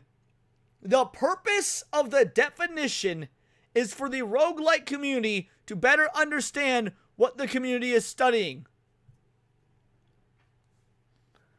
I've heard women tell better, shorter stories than that sentence right there.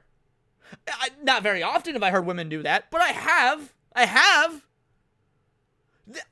See, that sentence right there is slop. Like, if I was going to define slop, it's that sentence. That is 1, 2, 3, 4, 5, 6, 7, 8, 9, 10, 11, 12, 13, 14, 15, 16, 17, 18 words. 18 words to not say a fucking thing. It is not to place constraints on developers or games, and yet you still get people who call it the root of all roguelike discourse. It is the most restrictive, boomer, grognard gatekeeper definition of what is a roguelike and what is not a roguelike. Okay. Props to this individual for using grognard, though. I always feel good when you get like a nice, good, solid grognard in there. Engage at your own peril. The moral of the story there being, you can lead a horse to water, and someone might get the impression you're trying to drown it. Now, to be fair to the word, roguelike did used to be useful back in the old Stone Age when it described games that were like Rogue, a permadeath, procedurally generated dungeon crawler from 1980. It was an adjective and a noun then. 45 years later, it's just an adjective, meaning kind of permadeath sometimes, not always, random. Like, I started a game last night. I'll show you guys. I started a game last night. It was a roguelike. library. I didn't get super far because it was super late at night. Hold on. Recent. Yeah. Tower Hunter, Urza's Trial. So I am told this is a roguelite.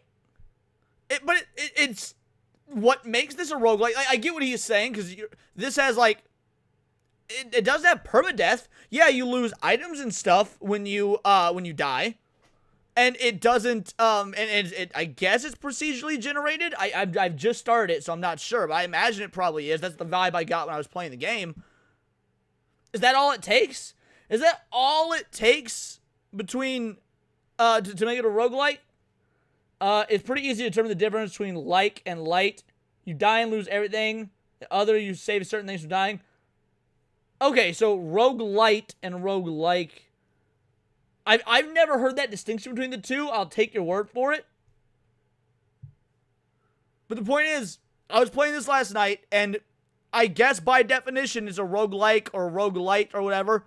But it also feels like a bunch of other games I've played that I don't necessarily know or have ever heard described as roguelike. It's so strange. Again, it's just an amorphous genre.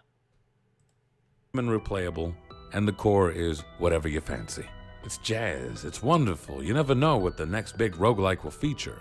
Unfortunately, the word has been severely run through for marketing purposes, and it's so easy to make them now. It's as simple as downloading Unity, opening up the roguelike template, swapping some things out, and boom, you too can release a roguelike. So you end up with a flood of developers who design these games that can in theory be played hundreds of times, but no one wants to play even once. I call that the rogue paradox. And so many games have some kind of roguelike element, it's easy to feel rogue deja vu. This gives people rogue fatigue, and they fling out hurtful, mean names like rogue slop. The genre is fantastic. I don't know if you can do anything about the name at this point. It suffers from success. It's more of a philosophy. We should walk away at this point. Lo que será, será. And use our remaining resources on the next one. Souls-like is one that I feel like I've got a pretty good grasp on that I feel like other people don't. Like, people were calling Stellar Blade a Souls-like.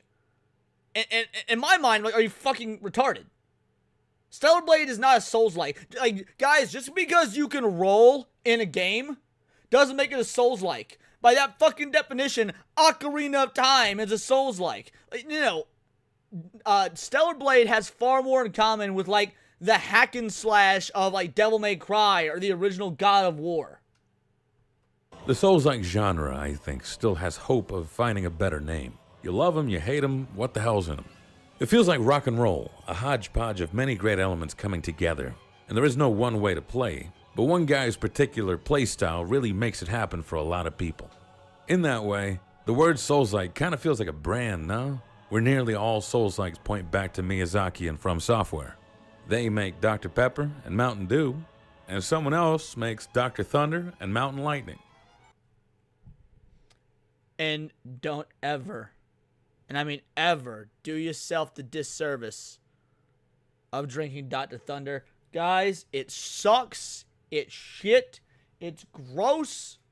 Drink the real stuff. Well, I mean, this is 0 sugar and it's cream soda. But the point is, Dr. Thunder is amongst the worst off-brand you could possibly get. It is terrible.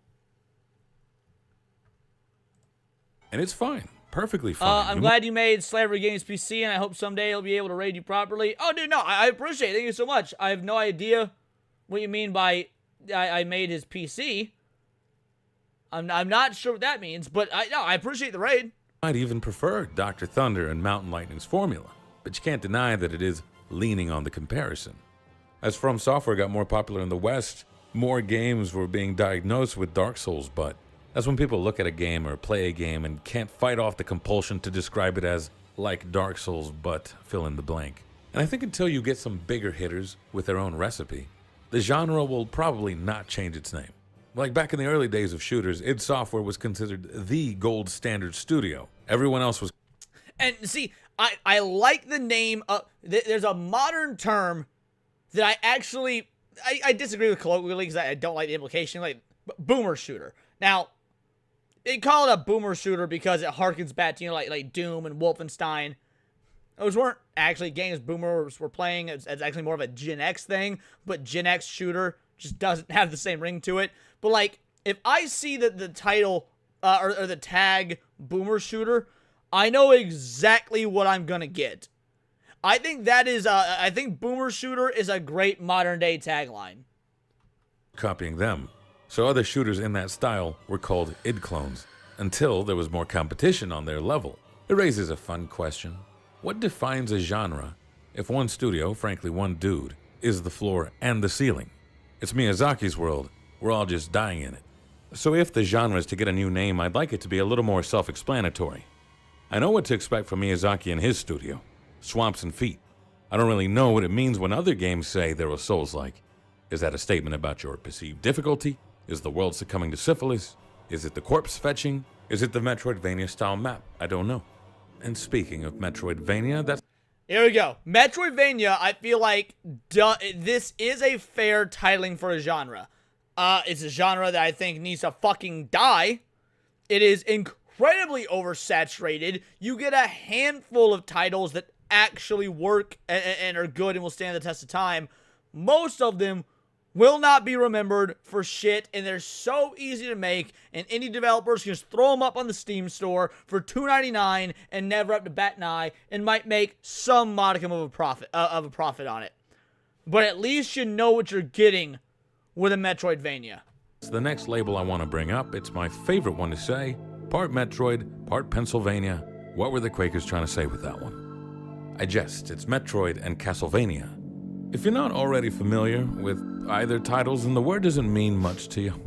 It's not good for conveying to an outsider that these games emphasize map exploration and... Yeah, okay, so I disagree with that, though. Well, okay, I shouldn't say I disagree. I actually do agree with the concept that it wouldn't be good for an outsider. But by the same token, what sort of outsider to gaming isn't at least aware of Metroid and Castlevania? They have such insane legacies in the gaming zeitgeist. I mean, there's a reason Metroidvanias are still being made today, much to my chagrin. And it's because Metroid and Castlevania perfected this style of gameplay to the point to where people of all ages, of multiple generations, are familiar with it. Funny thing is, Zelda 1 is very close to being the first Metroid, and the first Castlevania games are the same as Symphony of the Night. Very close to being the first Metroid. How is Zelda 1 close to being the first Metroid? Do you mean Zelda 2? Zelda 2, I would agree with you with. Not Zelda 1, though. key finding to progress through the game. Even with experience, you never know which design features are going to be emphasized in a given title. But even with this in mind... Oh my god, Ori and the Blind... See, when I say there's an oversaturated genre, but there will be some that stand the test of time, this is what I'm talking... Ori and the Blind Forest is a beautiful gem of a game. This will stand the test of time. I can't help but be enamored by the naming convention. It's just shipping things you love, like the Choco Taco. Before you've had one, the word seems familiar enough, but your imagination goes into overdrive, blending what you know about chocolate and tacos at different ratios, trying to anticipate what this culinary chimera could possibly look and taste like. And then you have one, and you go, I could have never dreamed that up, but yes, looking at it, that is a Choco Taco. And that's what's happening now with the Metroidvania genre. There's Metroidbranias. The first Castlevania is very much... Well, yeah, obviously, but again, oftentimes games transcend genre. Fallout 3, New Vegas, and 4 are very much not like the original Fallout. But when you think of Fallout now, what do you think of? Most people jump to what Bethesda Fallout is, not the original PC games. So that's, I mean, that's a moot point that you're bringing up. They combine the circumnavigational joys of Metroid and Castlevania, but emphasize the use of brains over bronze, less hitting, more thinking. There's RPG-vanias or Igavanias named after Koji Igarashi to emphasize RPG experience and stat elements that lean more towards Castlevania than Metroid. Pinball-vanias, a pinball game structured into a Metroidvania, or maybe it's the other way around. Stealth-vanias, more emphasis on stealth rather than direct contact. Celestvania, I hear it, and I anticipate a greater focus on precision platforming a la Celeste. It is rather tribal, the method. Those are a lot of subgenres that I had never even heard before. Like, until this moment, I had never heard the term Celestvania. Methodology isn't precise, but I think it's fairly good at approximating the general vibe you can expect if you're in the know. It's fun, and I hear search action in more prominent use, but it doesn't spark the imagination the way the hybrid names do. Remember, you're trying to get cool people to use these words. That's how it sticks. I'd imagine that's what happened with Yeah, baby, he's bringing up boomer shooters. Let's go, son. Boomer shooters, also very fun to say. Used to describe the games made in the style of the original first-person shooters. But any label that relies on time-based adjectives is not one that will last, in my opinion. Original, old school, traditional, modern, contemporary, classic, retro, vintage. These words can be kind of snobby or pejoratives based on how you say them. Modern can be good, as in... But see, here's why boomer shooter works in a way that none of the rest of those do. Because yes, it is a time-based adjective that even could be used as a pejorative. Okay, boomer. However, in these games, the gun effects and when you kill the enemies had this boom factor that had never really been done before. So yeah, you could use boomer in the time frame sense, or you could use it as an adjective for what's, or I guess it'd be, an adjective, an adverb for what's happening to these bodies as you're shooting them. Like, that's why boomer shooter works, because even people that don't associate the boomer aspect of Doom or Wolfenstein, you got the boom effect of the gun. State of the art, like modern medicine.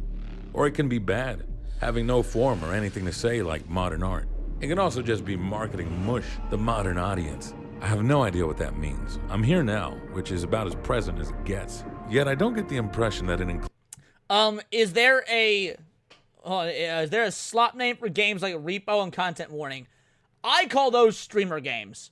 Like those are games that, if not for the advent of the era of streaming, would be effectively worthless. Serrano's calls them friend slop. Friend slop works too. Yeah, I call them streamer games. Like, and every now and again, you'll get games like that are, yeah, boomers play Atari. I already covered that. Anyway, RV There Yet, for example, is a great streamer game, friend slop game, whatever you want to call it. 15 years ago, when streamer culture wasn't really a thing, that game wouldn't have done shit.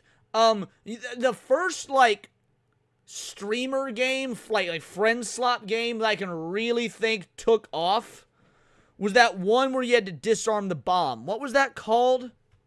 Oh, it's gonna bother me. Video game about disarming a bomb. Keep Talking and Nobody Explodes. Yeah, Keep Talking and Nobody Explodes was like the first true blue streamer game that I like in terms of like friend slop, as Serrano's put it, that I can. Well, you know, like, Prop Hunt was a big deal, but I feel like Prop Hunt, that was a bit before streamer culture really took off. Like, not too long before. Because, yeah, I played Prop Hunt back when I started my original gaming channel years and years ago. But, yeah, I don't think Prop Hunt really took off in the way that, like, games like RV There Yet and stuff did. Where you had people tuning in to streams because of the massive success of the game. Like, it was very insular. Includes me.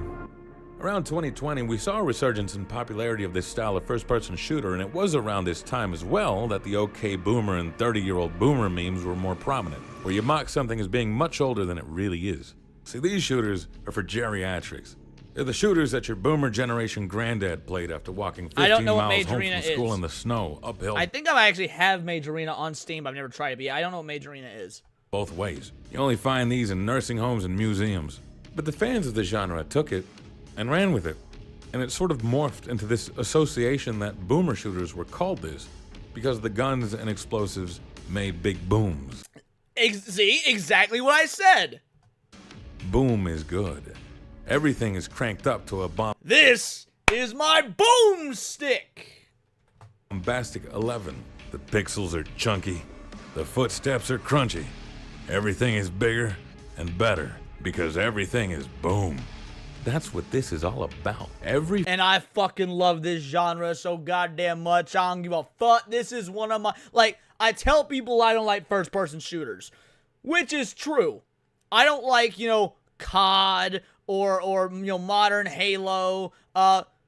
Bro, you put me in front of a boomer shooter, whether it be a modern one like Mullet Mad Jack, or whether it be an OG like Hexen, I'll be in a happy place, bro. I'll be in a happy place. fan should want a label that captures the vibe. It doesn't matter where it comes from or what it might have meant. All that matters is that it communicates a general direction of where to find you.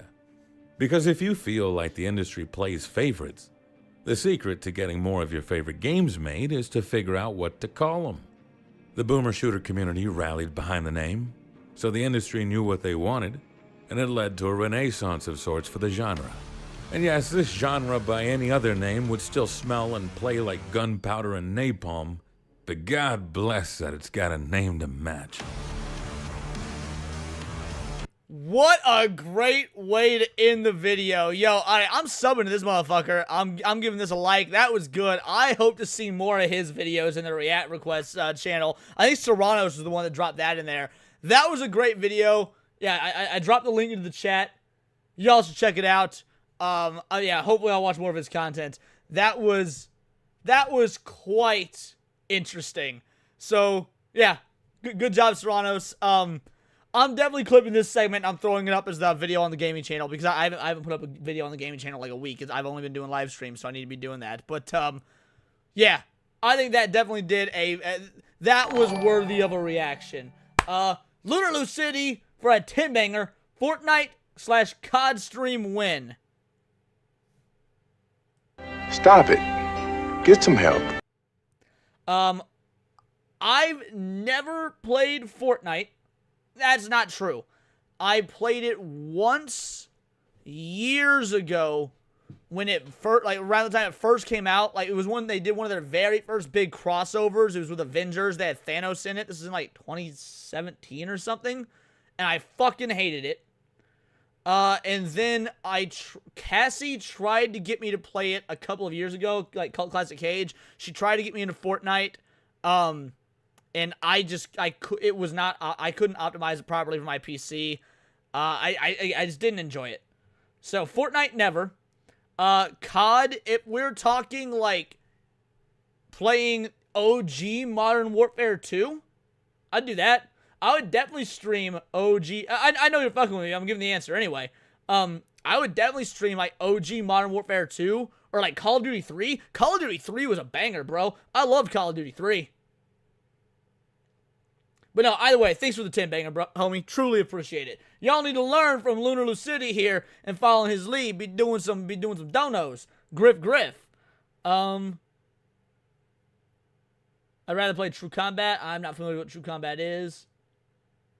Never played Fortnite without a team of friends. Yeah, I've never played it with or without a team of friends. Alrighty. We got 2 more videos to cover. However, I gotta run to the bathroom real quick. I'll be right back, and then we'll continue. You guys get a chair stream.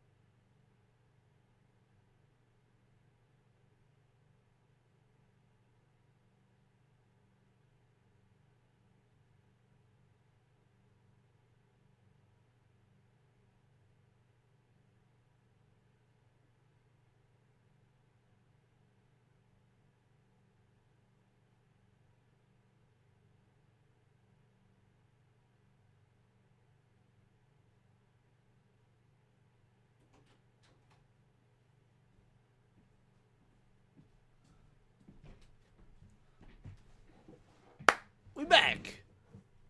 Call it share reacts. Imagine not just letting videos run while you take a shit so your viewers can movie pictures and entertain them. Call it share reacts. Too broke to afford anyone. Need to stream or get a job. Chair stream. This is better content. So, Chair, how was your day? Chair is so eloquent. Actually looking forward to what Japan does with Sony. I heard they fired all the DEI hires in California. We shall see. I won't believe it till I see it. Alrighty. I got 2 more videos to react to. We've been going for, 2.5 hours. I think we can do 2 more videos. This is the other thing that was in the title. The left coming for Asmongold. What a shock. What else is new? They want me next. Oh, you'll love to see it. Eat shit and die, you fucking bigot. Oh, that's nice. What a great way to start a video. Eat shit and die, you fucking bigot. Bro, there's a lot to criticize YouTube about. There is. However, several months ago, they rolled back their rules on swearing. And this is what we get for it. A video that opens up with eat shit and die, you fucking bigot. That's content. How about this one here? Apple Shine Continuum. I can't wait for Asmongold to die or be murdered, or for him to kill himself, or for him to die of some disease. The tolerant left, baby. The tolerant fucking left. Can't wait for him to die or be murdered while someone have to get into his house. And I would wager, I don't know for sure, but I would wager living in Texas that Asmongold is strapped. Dying from some disease might be, you know what, I don't even think that's the most likely. Dude, like, the way he has lived, the way, like in the filth, the roaches, the rats, probably drinking expired milk, I think that Asmongold is truly the next evolution of human. I don't think, dude, I bet that he could walk into the Wuhan lab, inject himself with every version of COVID, and somehow come out Spider-Man. Contracted in his room, it'll be a day to celebrate, even if it should have happened many years ago. So 30 trans woman, any, she, they, he, it, they, z, any, is this, and yes. Okay, so we have a walking mental disorder. Like, I kill everybody. I kill everybody. I don't like this. I don't know what I am. What is wrong with you? Really, like, see, the funny thing about this to see these people is that, like, I mean, eventually I'll die. Eventually, one day, maybe I get hit by a bus, maybe I get cancer, one day I'll be dead. And then, you know what's going to happen? Nothing. Nothing's going to happen. Nothing's going. Yes, something will happen. I will like have less content to react to, because I do a lot of Asmongold reacts on this bitch. That will be a net negative for me. Here's the dealio, guys. I need Asmongold to live as long as possible so that I can continue getting paid. Going to change. The same thing is going to keep happening. The same thing as Charlie Kirk got shot, and then you had a million other people doing the same shit that Charlie Kirk did. This entire idea, the entire concept of, oh, well, is he really making the argument that he's just gonna Obi-Wan Kenobi this shit? When Asmongold dies, I'll become more powerful than you could possibly imagine. Just gonna shoot this one guy and it's all gonna go away. That doesn't work. I'm sorry. So it's just gonna keep going. Somebody else is gonna do it. Then you're gonna get mad. I would imagine. So like, for all y'all that are Naruto fans, you remember when Rock Lee fought Gaara?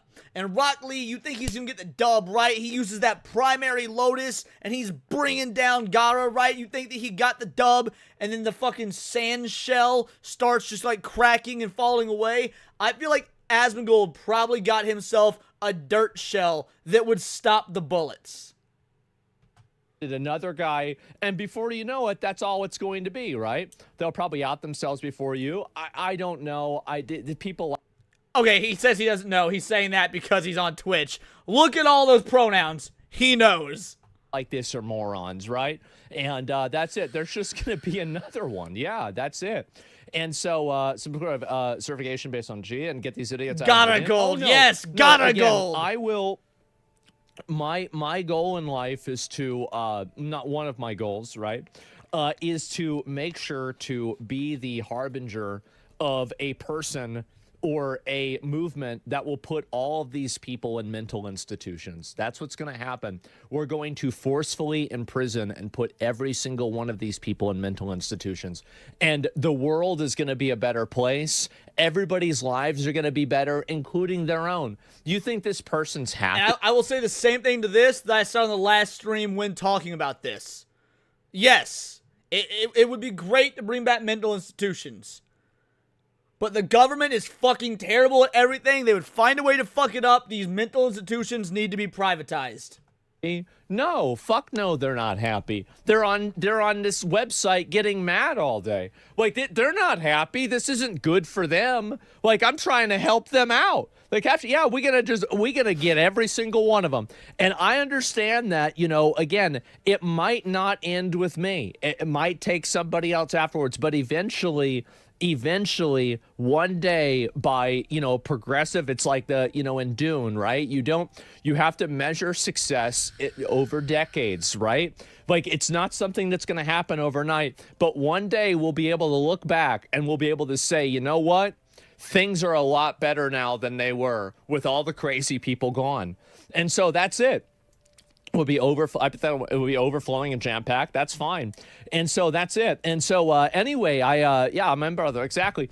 Abe strong together. And so that's what's going to happen. We're going to put all these people in institutions. These people are nuts. And so anyway, yeah, and it doesn't matter if you kill me, kill somebody else. It's just going to it's going to happen no matter what, right? So cry about it, bitch about it, have your little pity parties on TikTok or on Blue Sky, on Twitter, on Reddit together. Oh, he's so mean. This is so bad. But it's never going to make a difference.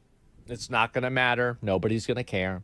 So, do y'all remember a few, this is probably like a year, 2 years ago now, continuing with the Star Wars lingo, there was all those Disney Star Wars shills that came out and did that "there's more of us" video, like trying to say there's more modern day, like, toxic positivity, happy-go-lucky Disney Star Wars fans than all these alt-right racist troll bigots that grew up with the original trilogy. Like, this is the inverse of that, dude. There's, trust us, there's more of us normal fucks that see all those pronouns in the Bible, in the bio, and think, yep, you don't deserve to exist. Like, if something were to happen to you, we ain't losing any champions. Yep, there it is. And saw you going back in time. We're almost there. Yes, think about it like this, right? So nowadays, you can say almost anything you want on social media. Was that something that you could have imagined 5 years ago? I couldn't have. Absolutely. What happened to those people? Well, I know what happened to one of them. And it was the only one of them that I ever actually interacted with. So do you remember in that video, there was one that was, most of them were all like real people on camera. And then one of them was like a female 2D drawing of an OC Star Wars character. And it went by the X handle Dash Rendar, which really pissed me off because Dash Rendar is my favorite Star Wars character. And this Dash character put out a really dumbass fucking tweet. I don't remember what it was. It was a really dumbass tweet. And I quote tweeted it and went on some sort of diatribe. And this internet personality responded very respectfully. I was very surprised. We had a nice dialogue, and then they admitted they were wrong. I was like, holy shit, I just beat a Disney Star Wars shill in an argument on X, and they even admitted they were wrong. Like, this will never happen again. This is a unicorn moment. Literally 2 weeks later, 2 weeks, this Dash Rendar gal, who had been, you know, portraying herself as a woman and everything to all these streams and other Star Wars Disney Still streamers, it got outed that they were a fucking dude using a stolen identity. Like, basically, they were an absolute piece of shit. Shocker. And they got ran off the internet. And my big takeaway from that was, now it makes sense as to why I got them to admit they were wrong. It wasn't a woman the whole time. It was actually a dude. Absolutely not. And so really, you have to, whenever you work towards a goal, you have to look at it in terms of a long-term perspective, a long-term process. So really, I mean, I don't really see the problem with that. That's just how things are. So battle's ongoing. Yeah, and that's what's going to happen. So we have another one. Fuck them. Fuck ICE. Fuck Asmongold fans. Fuck these bitch-ass, spineless, mindless little fucking chat vermin. I hope someone wakes you up by punching you in your neck. Suck my dick. I swear a lot, right? Like, I do. I know I do. I swear a lot. I always have. You know, it's a bad habit. My dad swore a lot growing up. But the folk that can't make a complete sentence without swearing, like the Nina Lynn types, for example, and it's one thing to do it when you're speaking. Frankly, it's actually even more annoying when they're speaking because we have to hear it. But if you can't type a sentence, like if you need the swearing to add that extra oomph, then you're not doing it right. We were reviewing the Teenage Mutant Ninja Turtles, the 1990s film, on my buddy Nick's channel the other day.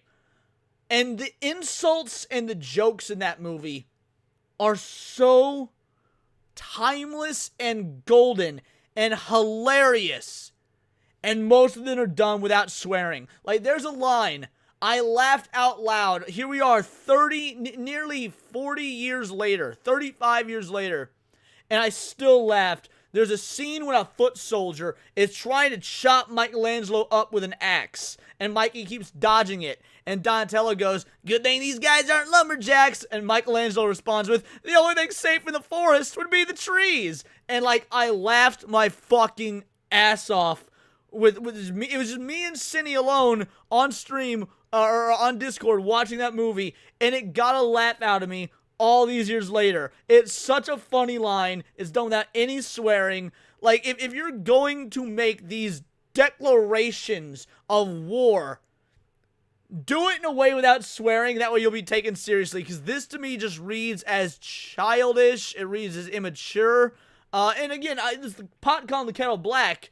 Because I swear like a sailor. So Plasma Sword, Twitch TV. I would look this person up, but I really don't give a shit. And so anyway, you know what? Let's look them up. Let's find out what this person is doing. Let's see here. Plasma Sword. Is this who it is? Yes, this is who it is, with 500 followers. Well, I can see why you're mad. I definitely can. And wow, I'm trying to look and see here. Obviously begging for money, not a big surprise. And we have last month's, oh, I don't want to see this. And oh, big surprise, it's a really shitty VTuber. Nobody could have ever predicted this. So there we go, rate his channel later. So, and I don't know. I mean, I think that really hoping that people would have violence attached to them, you know, probably should be bannable on Twitch, but that's okay. Dana Claus, who are all these people that want Asmon killed, and how do we donate to the cause? Everybody's mad. They're all mad about me. They're all mad about me, and for what?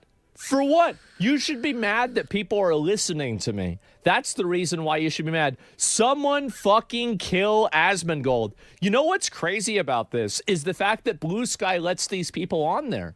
No, that's not crazy at all. Because they love violence. Bro, the left love violence so long as they're the ones perpetrating the violence. It's that simple.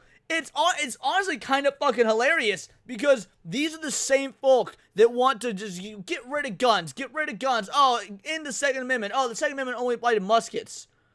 That's because when these motherfuckers commit violence, they want to do it so up close and personal, but they want someone else to do it. They don't want to do it. They want someone else to do it. Someone fucking kill Asmongold. Oh, when you do it with a knife so you get real nice close up to his face. You can see the light go out of his eyes. Because then, once you tell me the story, once you write on Reddit how you're the one that murdered Asmongold, oh, I'm going to touch myself and just jerk it as I go to bed at night, and I'm gonna use that in my spank bank forever. I wish I was there. I wish I was a witness to it. I can never do it myself because I'm a good person, but I can be party to it. That's what's crazy to me about it, is that even on Twitter, these people get banned regularly. But for some reason on Twitter, this just goes wild. It does. Law enforcement time? I know. Isn't it outrageous? And so wasn't Blue Sky to be a safe space? Yeah, for nutcases. Apparently, right?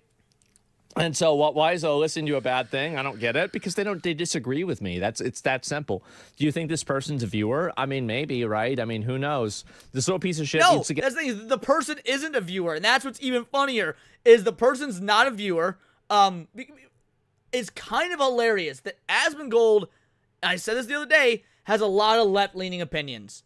Anyone that actively actually listens to Asmongold in entirety, he's a pretty milquetoast, neutral sort of dude. I wouldn't say he's a fence sitter. I would call fucking Charlie, Penguin Z0, Moist Critical. Like, he is a fucking fence sitter, and he's wrong all the fucking time. Asmongold just has, like, legitimate buffet of opinions. A little from the left, a little from the right, a little from the center, whatever, right? If these folk listen to Asmongold, they'd probably find it like, oh, maybe it's not so bad. Even these people just see clips on X, or not even on X, because they're afraid of X, because X has free speech and free thought. They see clips on Blue Sky, and it goes against one particular thing of their entire worldview, and all of a sudden he's a fucking terrorist. Like he may as well be a Somalian pirate. Look at me. I'm the captain of Twitch now. Get heart cancer from... Asmongold is practically a libtard that doesn't like people who lie. Lefties more often than... Exactly. I would say that is exactly correct, Serranos. All the Doritos and bad food he takes in every day in his fucking messy room with cockroaches like him. And not only can you do it again, you can do it here freely. Asmongold can go kill himself. Okay, that's good. And, yeah. And, or any self-respecting human cares, right?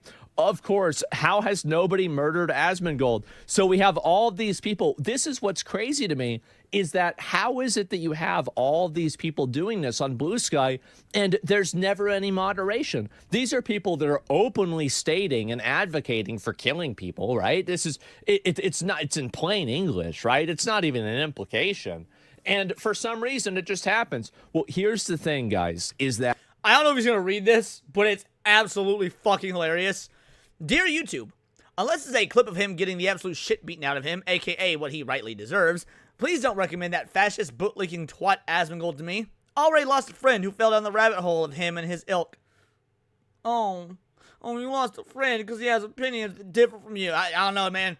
Sounds to me like the friend is far better off. Like, you're right. You are the loser in that situation. Friend is doing fine. Friend ain't gonna miss you. I good goddamn guarantee it. You can cry and bitch and get upset, but at the end of the day, it's still going to happen. It is. It's still going to happen.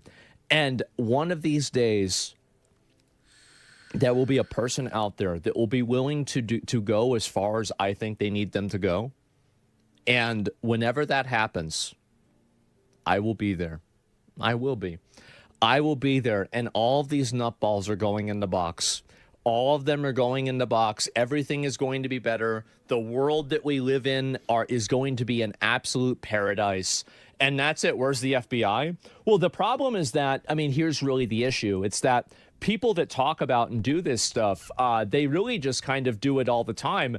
And yeah, well, not only that, but like, what do you mean, where's the FBI? Here's where the FBI is. Most of the FBI agree with these people, right? The FBI and all these three-letter organizations are infested with this mentality. It has been propagated by the government since at least the 60s. You can maybe even go back so far as to say the 40s, but at least the 60s, and this has been a slow growth rot over the last 2 to 3 generations of United States citizenry, to where the people that are making these statements, like Asmongold should kill himself because he's a bootlicking fascist, yeah, most of the FBI agree with that. They wouldn't bat an eye. They wouldn't dare investigate. Now, if it was the vice versa, if it was someone talking shit on Hassan, they were calling for Hassan's death, all of a sudden the FBI would be all over it. And there's never any moderation. I mean, I think this really should be a moderated thing on the website, right? At this point, Lauren Asmongold has been eaten alive by cockroaches? No, absolutely not. I want everyone to understand me. I fucking hate Asmongold. I never liked him. I never like him. He's a fucking moron, and he ruins everything he touches. His audience is disgusting. His content is trash. He is a garbage human being. His existence is a net negative on society. Now, to be fair, the whole he is a garbage human being, he might literally be made up of garbage at this point, and it seems to be working for him. Like, if Trubbish, if the Pokemon Trubbish got transmogrified into a human form, it would be Asmongold. And everybody loves Trubbish, bro. Everybody loves Trubbish. Fuck him. Oh, wow. Would you look at that? It's snazzy. He's a bedwetter. You're correct, Sal. Diapersexual. I don't need to read up on it. I'm already very familiar. Yes, you're entirely correct. Ah, jeez, guys. Oh, man. Ah, I got him mad, huh? What are you gonna do? Shit your pants? Well, you probably would, and it would turn you on. How about that? Jesus Christ. Like, I'm conducting the infinity gauntlet of mental disorders here on Blue Sky of people that are mad about me. This is crazy. And it's just... I think Trubbish was one of the most mocked Pokemon Gen 5. Ignore Muck, Gen 1er, Superstar. People say Gen 1er as if that's a negative, man, and I don't get it. As a proud Gen 1er, my favorite Gen is Gen 3, bro. I'm a Gen 3 supremacist, son. So fucking gross. What are these people? That Asmongold guy should kill himself as well. Your favorite nerdy transsexual degenerate. Tip me. You already said nerdy and transsexual. You didn't need to specify degenerate. We already got it. On Cash App. Oh my God. Jesus Christ. What are these people doing? And here's another one. I like bad video games and worse people. That somebody should probably kill Asmongold. Okay, of course, right? Naturally. And man, we gotta kill people like Asmongold. Gaming 18 he him. If you say you're 18 on social media, you're 15 in real life. Okay, you need to go. And anybody that did any sort of old school MMOs or AOL chat rooms or anything like that, we all lied about our age, bro. I lied about my age on fucking Neopets. You think people ain't out here lying about their ages on fucking X? I lied about my age on Neopets, son of a bitch. Like, back to school. And so, yeah, everyone, Blue Sky draws me dissent for mental disorder. Yes. Isn't it crazy? Yes. Asmongold's the worst haters. I do. The reason why, here's the reason why. I hope Asmongold is crucified on a cockroach and mold-covered cross and left out to rot. Well, that's good. That way I'd be in my own environment. And what's this here? Oh, God. Oh, God. Jesus, just at a glance. At a glance, you know this person's fucking, you know, out in the orbit, right? Comrade agitating educator, please read Marx, Engels, and Lenin. The hating gooner from YouTube, a better world is possible. A better world is possible since I follow, I've been also being conducted. I was 24 years old and now I would chat for 10 years before it was 1999. A personal crusade against Asmongold and Nux Taku to where their brainwashed fans want me dead. I'm sorry, buddy. Rip Excalibur. Bro, this is, I remember the name. Hold on. Hating Gooner from YouTube. Zombie Penguin. I want to know who this is. All right.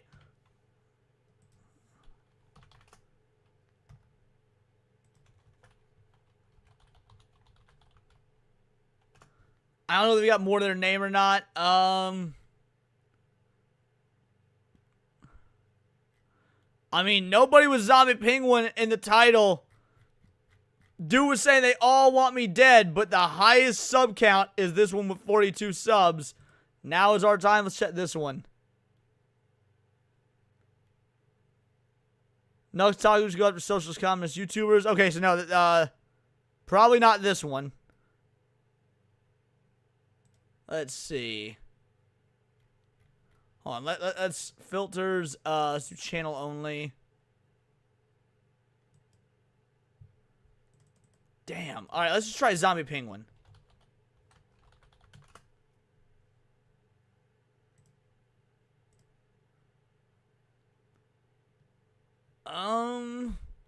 Could any of this be them?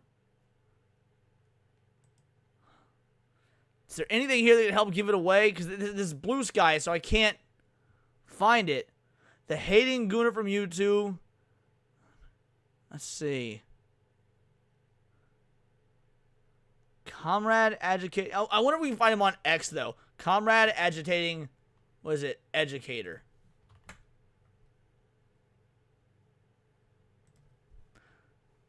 Comrade Educating agitator.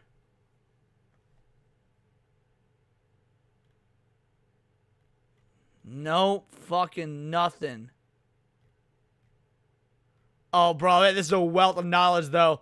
Last night, infiltrated an activist teacher called radicals, including AFT, NEA, union reps, turning K-12 classrooms into sanctuaries for illegals and Marxist battlegrounds for CRT and gender ideology while defying Trump's orders. Here's the highlight reel. Oh, that could be fun. I might have to watch that later.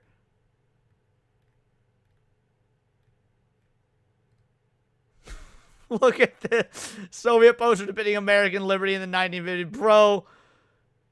Organize, educate, agitate. Proletarian, thereby communist. Look at this, baby. We hit the jackpot of crazy. Yeah, so what has Donald Trump done that threatens democracy, you think? Everything. I mean, he's going against the LGBTQ plus community, which is what I'm a part of. He's going against my immigrant neighbors. He's going against the other teachers and like our safety in the schools, everything. So tell me what rights you think have been threatened. My rights to do this, my voting rights, my rights to protect the people.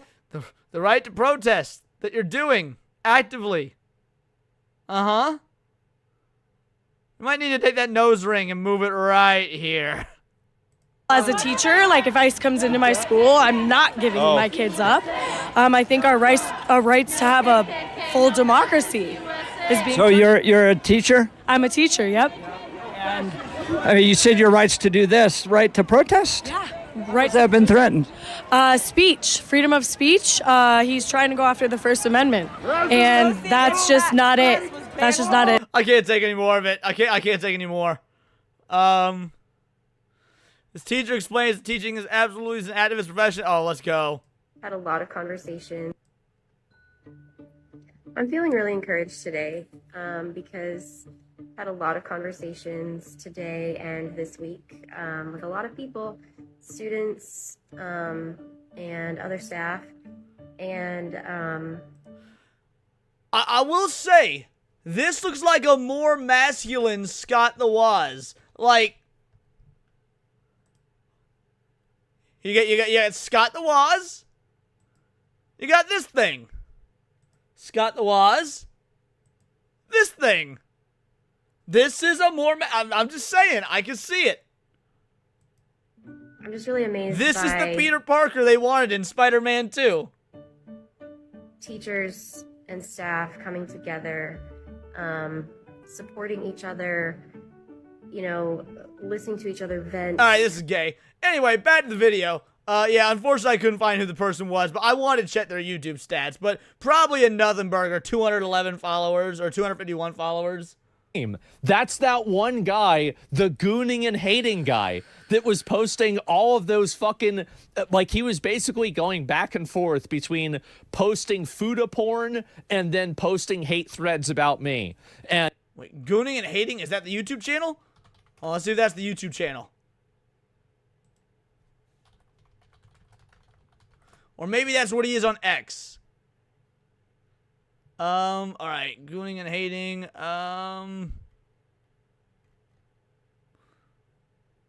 no more hate, only goon now. Hold on, this is a minute long, is this it? his biggest fan, gooning and hating guy, got Yes, suspended okay. from Reddit. 1 million karma gone. Oh no.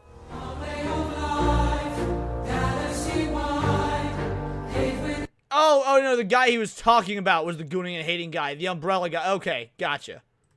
And, you know, basically he's double dipping on Reddit, right?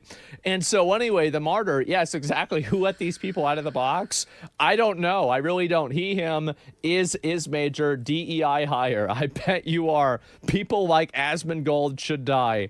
And the whitest black person you know. Right, of course. And look how many of them there are. Asmongold should kill himself. And then, Man, I don't know about none of that, though. I know Abomination AJ. and this is again, oh wow. So we have right here a Twitch streamer, Cammy Gino here, who's talking about how I should kill myself. Isn't that interesting? All right, it says YouTube, Cammy Gino. Let's do it. Let's check it out. I ain't going to Twitch. It's a cesspool, but I'll... Cammy Gino. Let's see. 184 subscribers, baby. Let's see. I'm sad never died. What? I'm sad near died. I'm sad near died. What? Burger. I mean, you look like you've eaten a few. Yes. Reading Banana Boatman. Neo Turf Masters Big Tournament Golf. Who watched? What? Almost 9,000 people watched that. Horrorland. Mario Party 2 Horrorland. Wow. Riveting. Riveting stuff, guys. Wow, that's crazy. I sure hope nobody reports their account to Twitch. That would be terrible. And so Blue Sky is just a digital mental asylum. Yeah, we don't need a mental asylum. We already have one. It's Blue Sky. And so it's so stupid. Twitch should know about this? No. Do you want to know why Twitch doesn't know about this? It's because this person's an irrelevant retard.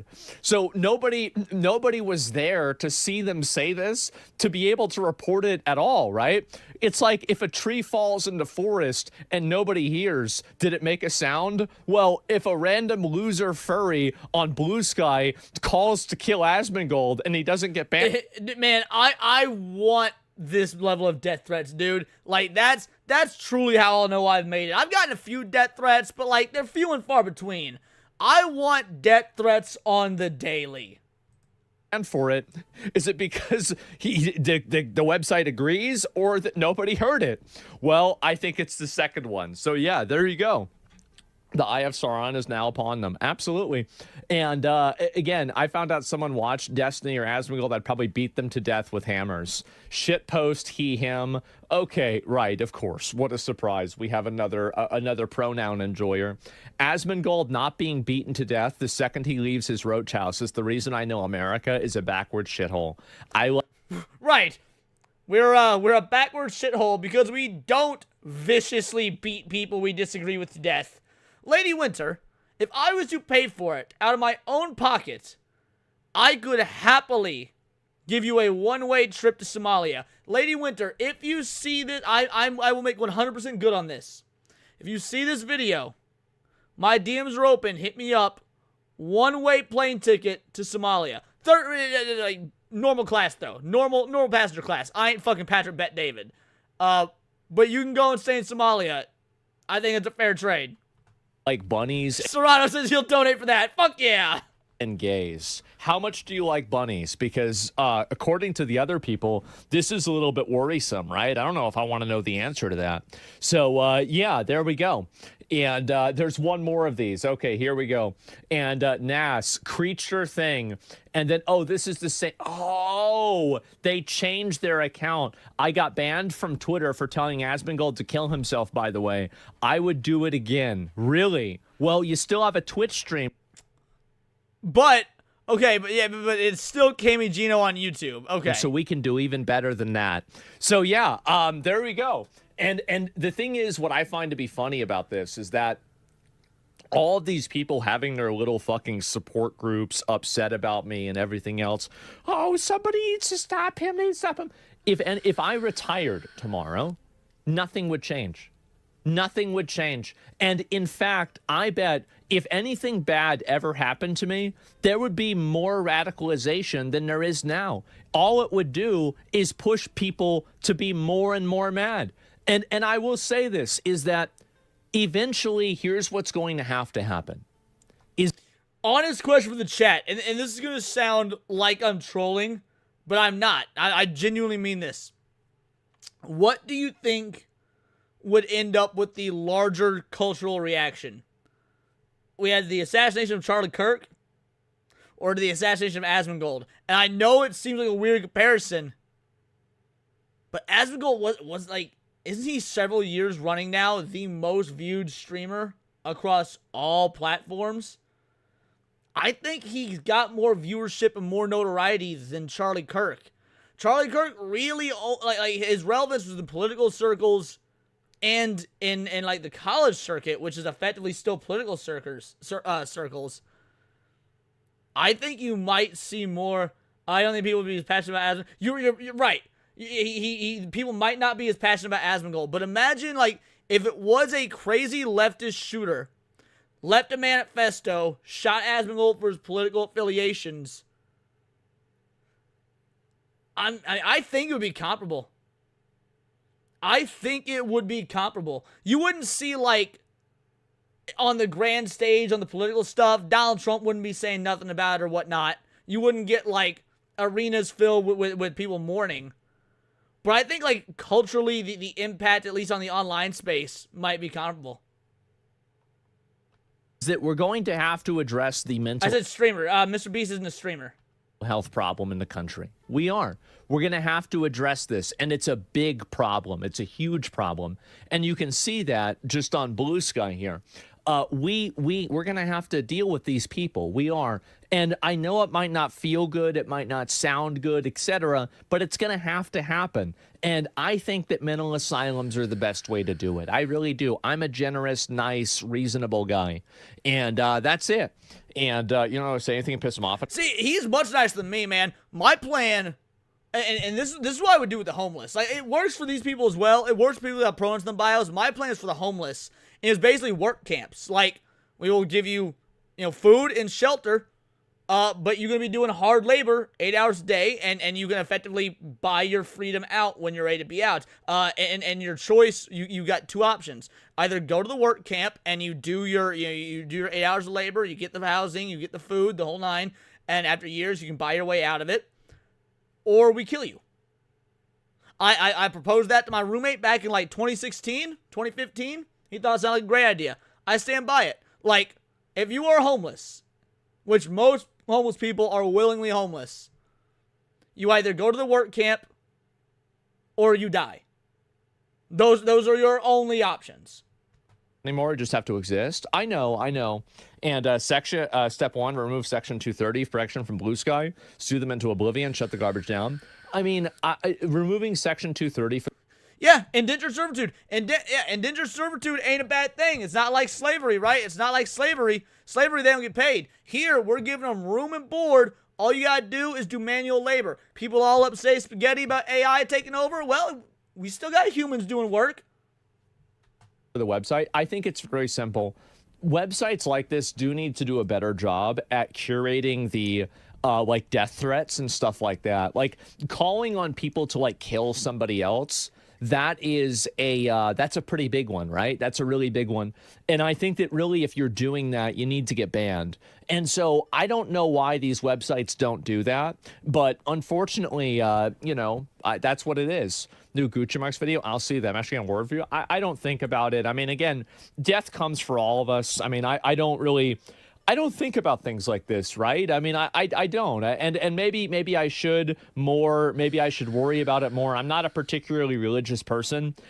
You didn't exist before you were born. You will exist temporarily, and then you will cease to exist. And that's the end of it, right? That's everything. And so I don't worry about these like existential problems. I don't think about this stuff. It's not real, right? And so that's it. World keeps turning. Exactly.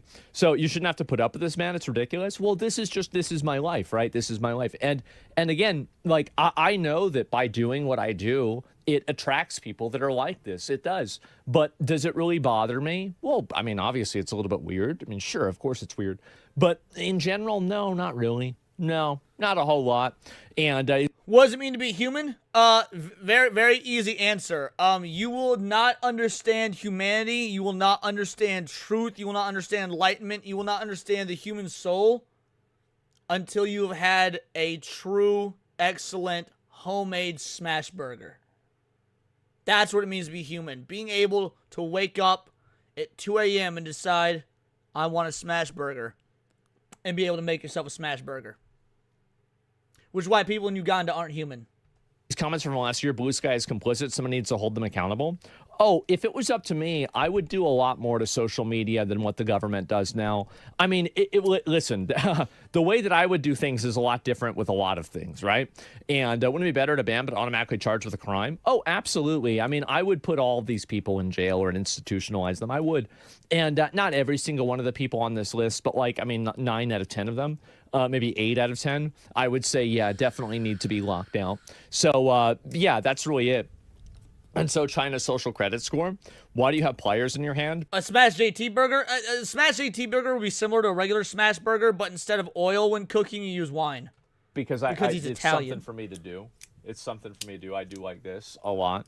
And so that's the reason most counselors and mental health companies don't take insurance. It's a problem. Well, I don't really care about if it's like they don't need counsel. Like, I mean, if you're crazy and you're causing everybody else problems, then... Hey, Miss Molly for a 6-banger, which is a very strange number to throw out there, but I ain't complaining. I love it. You love to see it. Shout out.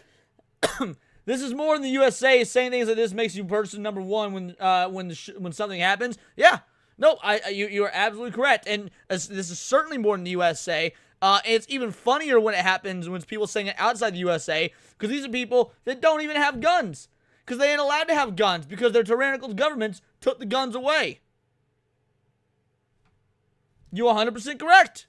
Now excuse me while I harass someone for having pronouns in their bio. Shout out, Miss Molly. Thank you so much for the 7-banger, 6-banger, whatever it was. You just need to get removed from society. I mean, I don't really care about your personal problems. I don't care about your feelings. Oh, you had a bad childhood. It doesn't matter. Get the fuck out of here. Like, hey, Miss Molly coming in for a 250-banger. Nice holiday GG on 69. Oh, you good goddamn right. 69, son. Holy shit, I'm gonna come. You know, you'd love to see a shout. For anybody that doesn't know, yeah, my Steam recap, I played 69 games this year. Nice. Truth is that, you know, the world can't give a shit about every single little problem somebody has. If you go around and you're upsetting somebody and you're causing problems, then that's what matters the most, right? And there's no excuses. I don't care about their I don't care about their life story. I don't care about their feelings. None of this stuff should ever matter, right? And so, yeah, posters show how hopeless they are. Oh, it's embarrassing, right? It really is. And would you censor any insult? I mean, censor an insult? I mean, no, I wouldn't censor an insult. I think the things that need to be censored are threats and calls to violence, right? And doxing. I think doxing also should be censored. But other than that, I think pretty much people should be able to say whatever they want. They want to be racist, sexist, or like homophobic. Go ahead, right? I mean, again, it's like, I think it's stupid, but like, it's somebody's First Amendment right to be stupid. But yeah, correct. Anyway, this is what's been going on with Blue Sky a lot, and eventually these people will, will deal with them. But unfortunately, we still have a limp dick government. We have a limp dick government that is focused on tweeting about, like Hollywood actors that get killed rather than actually dealing with real problems. That's it. And it's unfortunate. It really is. Statistically speaking, they'd be the ones to commit suicide first. I mean, probably in some cases, you're right. And there's not enough asylums. Yep, there we go. ADS. But see, that's how you build the economy, right? You get all these contractors out there, all these construction workers. They got to build new asylums. That's putting more money in the economy. Like, in all reality, this is an excellent way to solve our current financial crisis, at least in some part. You build the asylums, then you gotta staff the asylums, so now you got money coming in that way. Again, you don't let the government do it, because the government sucks at everything. You make it privatized. Bro, this is a money-making industry. Why we got lobbyists out here fucking lobbying for shit like using corn for high fructose corn syrup and ethanol? We get people out here lobbying to reopen asylums. Miss Molly says for a 12-banger, play more next year. So here's the dealio. Here's why I've trouble playing more games. I'll try and play more. First of all, if you look at my Steam recap, right? Let's pull it up. Store. Let's make sure it loads properly. I don't want to be sharing my personal info. Okay, yeah. So view your recap on Steam. Where is it? Where's the graph that shows how much I played? Right here. You see a noticeable jump? Because, like, so I quit my job to go full-time in YouTube in the middle of July. You see an increase. Now, mine is December because it cuts off in the middle. Once I was no longer doing my full-time job and YouTube at the same time, you see a notable increase in my gaming time. Now, I have limited games I play because I'm a completionist and I try and get as much, like as much to completion, trophies and whatnot as I can. Like, take a look at Persona 4 I'm still working on completing. I've not gotten the full 100% yet. But, like, I'm 1 trophy away, technically 2, but when I get that last one, it'll pop the, so I need 1 more trophy for this, and it'll pop the last trophy, which is, 47, that's the total. So if I can get my bond stats maxed out, that last trophy will prop the get all trophies trophy. So I'm effectively 1 trophy away from a total completion on Persona Strikers. Yeah, it's Sonic Racing Cross Worlds. I've got 2 trophies left. One of them is to get all the horns, and once I get all the horns, it'll get the all trophies trophy. So like the reason I have 69 games is a lower number is because I just do so, like, I go so hard into the completion aspect. Miss Molly for $23.99 says play Gifted 2. Well, first of all, real quick, again, for shout out. Truly appreciate you. This is for you. I'm loving the game. The game would absolutely get a pretty high score from me. How many bananas? A solid 8.5 incher for sure. That's No. And wouldn't it be nice to live together? You say play. I assume you mean play the games that are gifted to me, which by the way I do. Let's see. Schedule 1 was gifted to me. Persona 5 Strikers was gifted to me. Resident Evil 4 was not. But yeah, I play a lot of games that give it to me, but I actually think you gifted me this game right here, which I started for the first time last night. Miss Molly, wasn't it you that gifted me Tower Hunter Urza's Trial? Pretty sure it was you that gifted me Tower Hunter Urza's Trial. I could be wrong. I think so. Yeah, I actually started a game that you gifted me last night. I didn't get super far. Yeah, I only played for about an hour because it was like 3 a.m. and I needed to get some sleep. But I am enjoying it. I'm definitely gonna go back to playing it. Absolutely. I got 2 trophies just in the not quite an hour I played. So yeah, I just so you guys are aware, I do play the games you gift me. I do. It just might take me a while to get to them because I go for completion. I try to complete the games as much. Now some of these games got insane trophy demands. I just know I'm not gonna be able to do it. Right? I just know I'm not gonna be able to do it. But yeah, no, I definitely do my best to play the games you guys gift me. Anyway, let's finish out this video. Asmon derangement syndrome. These people have jobs. I hope they don't go after, I hope they don't after this goes public, fucking scum of the earth. Well, I don't know if that, I mean, I have a feeling, guys, the diaper furries that are having like their little support group sessions about me on Blue Sky, I actually expect that they don't have jobs. I don't think that they do. That was good. That was fun. You'll love to see it. Alrighty. We got one more video. One more video before we wrap the stream. All y'all know I love ROM hacks. I love ROM hacks, and I learned about this one through the title, The Eldritch Beauty of Super Mario World Call of Cthulhu. I very well might play this on stream. I love doing ROM hacks on stream. Yo, shout out Miss Molly for a 12-banger. Says, nice holidays, heart, kissy face. No, shout out. Thank you. Truly appreciated. Let's get you a good clip. You know what? You've donated a lot, so we're going to give you a sick, long clip. Horse semen's great. I'm digging horsecock. Is your cock a horse cock? You will never hear me say it. Nay. Ooh, as I keep more. My favorite stallion I keep in my top drawer kinda goes hard though. 'Cause there is no cock like horse cock. Send your asshole into shock and eat horse. I don't know how we're going to ever top horsecock.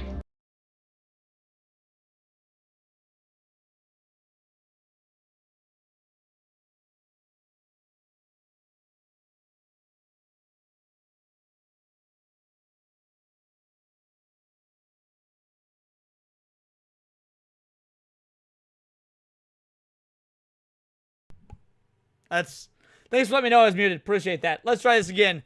The Eldritch Beauty of Super Mario World Call of Cthulhu. Like I was saying, man, I love ROM hacks.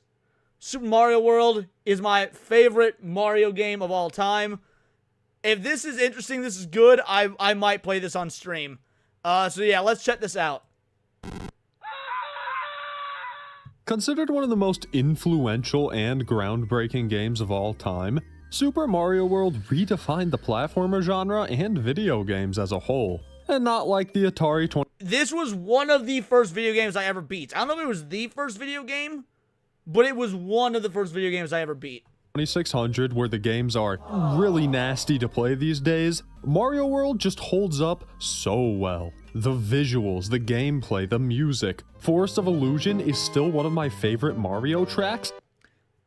But also, fuck the Forest of Illusion. It's arguably the most difficult part of the game, but goddamn, I love it. To this day, it's no mystery as to why everyone still talks about this game, and you could really see this game's impact in the ROM hacking scene. If you're unfamiliar, ROM hacking is where you take the ROM file of a pre-existing game, normally something pre-GameCube era, and edit it to be really whatever you want. Take Super Mario 64 for example. People have made ROM hacks with new characters, unique levels, infinitely generating hellscapes, Dude, I played this awesome ROM hack that pissed me off so much. It took the Super Mario 64 model and movement, but put him in Sonic Adventure. And I was trying to see if I could beat the entire game of Sonic Adventure as Mario. And I got to the second to last level, and I just couldn't fucking do it. It pissed me off so much. I think I have a clip in the Discord of one of the sick ass, I think Serrano did this for me, one of the sick ass fucking moves I was able to pull off. Hold on, let me see if I can find this. Let's see, here we go, yeah, Clips of Paradise. If you guys ever clip me and want to share the clips, post them in the Clips of Paradise. It's great. Here we go, Clutch Landing. Yeah, Leon's Clutch Landing. Check this. Alright, there we go. And I think at this part, I'm going to have to do the... You got this? I don't know if I can even do this part. Oh, yes, you can. Oh, hold on. Can you? Oh, You no. got it, you got it. Oh, shit! Holy shit! I can't... Y'all see that? That clutch landing right there, son. Yeah, dude. ROM hacks are the shit. Miss Molly for 250 bangers as my first love, Mario. I can absolutely appreciate Mario as a first love. What I can't appreciate as a first love are dogs. I'd fuck one of the robot dogs. I tried to make that work. Anyway, yeah, shout out, guys. So, yeah, I love doing ROM hacks. I need to get back to doing those on stream. Infinitely generating hellscapes, Super Mario World continues to live and thrive through the ROM hacking community. I could make an entire video about the most passionate and entertaining... I've seen this guy before. I've watched, I think this dude's done some Sonic videos I've seen. Okay, I'm familiar with this creator, sort of. ROM hacks that I'm aware of, but instead, I'm gonna be doing this. If you clicked on this video, you likely know that Mario has quite the history with scary fan games. You've got all the standalone games like I Hate You and Mario 85, but the genre of Mario horror games is really built on the back of ROM hacks. I mean, you've got the classics like Coronation Day, Mario, Game.bps, you've got modern hacks like Iggy's Castle and B3313. These are probably some of the best— I've not played any of these. The only ROM hacks I've really delved deep into are Legend of Zelda and Sonic ROM hacks. I might need to get into more Mario ROM hacks. Horror fan games, and even fan games to exist, and they're all ROM hacks. I think it's the variety of horror at play here that makes them so amazing. I know the joke about creepypasta and EXE games is haha blood and walking to the right, but sometimes it really does feel like haha blood and walking to the right. These ROM hacks not only have gameplay baked in, but generally have individual forms of horror, not typically what's associated with Mario horror games. And there's one ROM hack that embodies this the most, the one that some cite as the best Mario horror game of all time. The one that made it into a Space Hamster thumbnail. Of course, I'm talking about Call of Cthulhu. Dude, I love Lovecraftian horror. Notice how I intentionally put the comma there.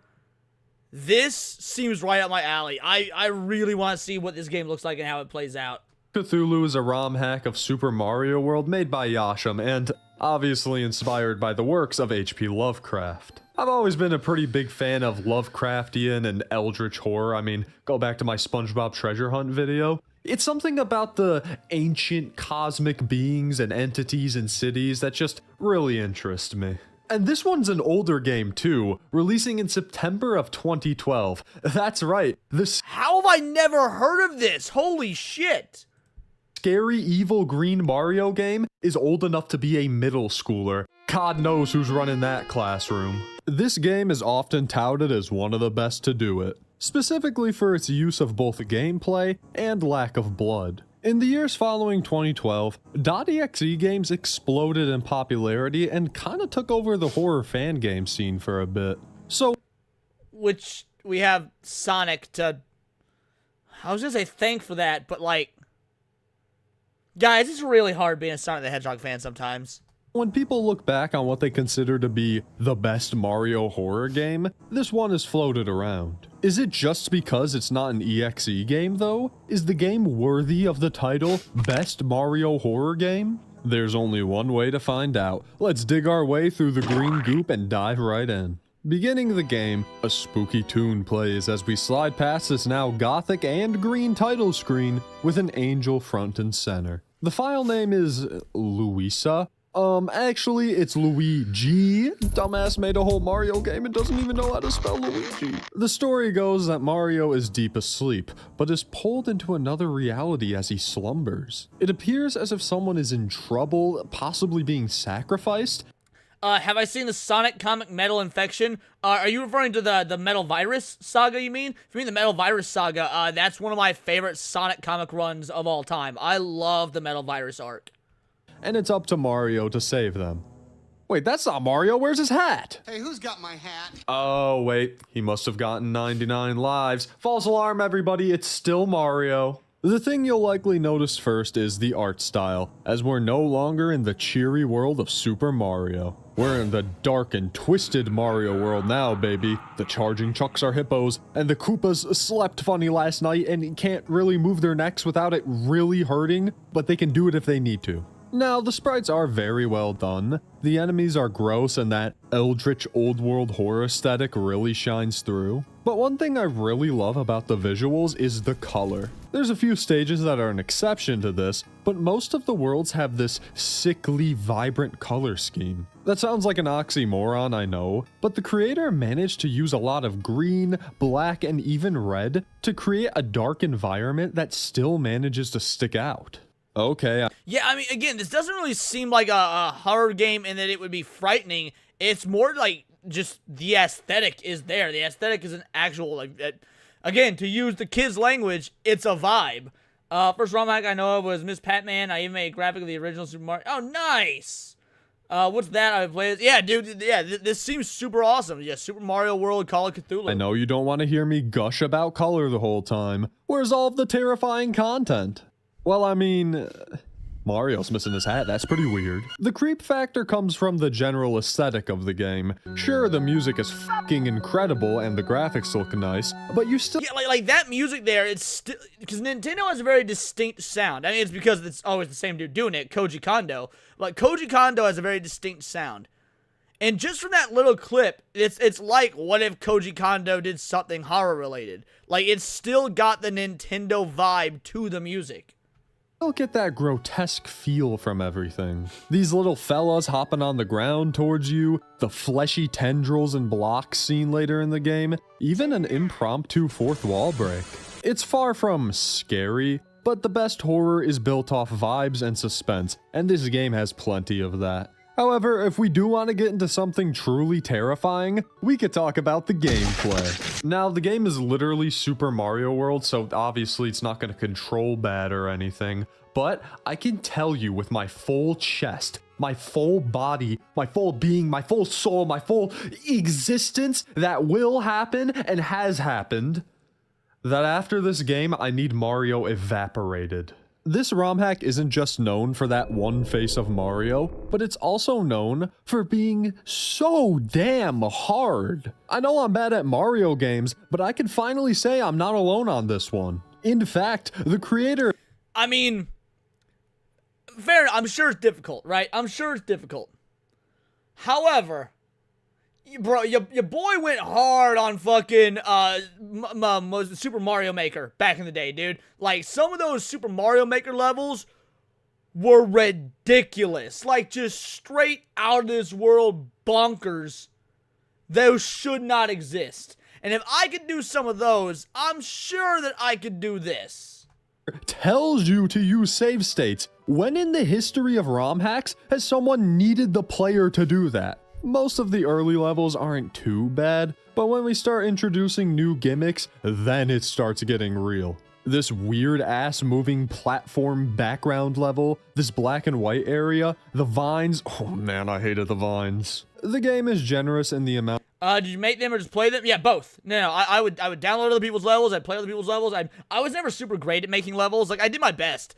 But, like, I was very basic bitch. Like, I would just try and make things I thought would be actual Mario levels that you could find in the game. I never did anything over the top crazy, like, oh, impossible to beat challenges.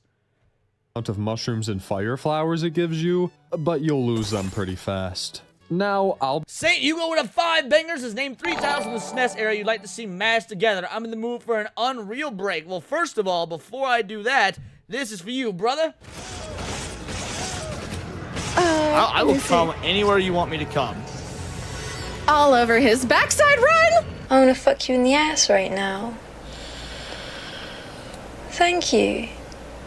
It's nice to get some appreciation around here.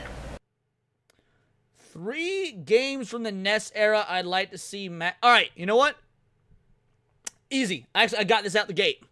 So, Super Mario Bros., like the original Super Mario Bros., and the original Legend of Zelda, but here's the twist. The third title is Spy vs. Spy. Now, I don't know if you guys played Spy vs. Spy back in the day. Spy vs. Spy is amongst my favorite of the NES games of all time. So, and you do Spy vs. Spy, but you do, like, Peach vs. Zelda, or Link vs. Mario, and all the rooms and all the areas that you're, like, traversing to could be, like, part of the Mushroom Kingdom or Hyrule, and all the traps and stuff you're setting would, would be, like, based around, like, you know, the poison mushrooms, or, like, or the chain chomps, or on the Zelda side, you know, some of the Zelda enemies, like Octoroks or something. So, you did the gameplay of Spy vs. Spy, but with the aesthetics of Super Mario Bros. And The Legend of Zelda, and make it like a versus thing, that is what I would do.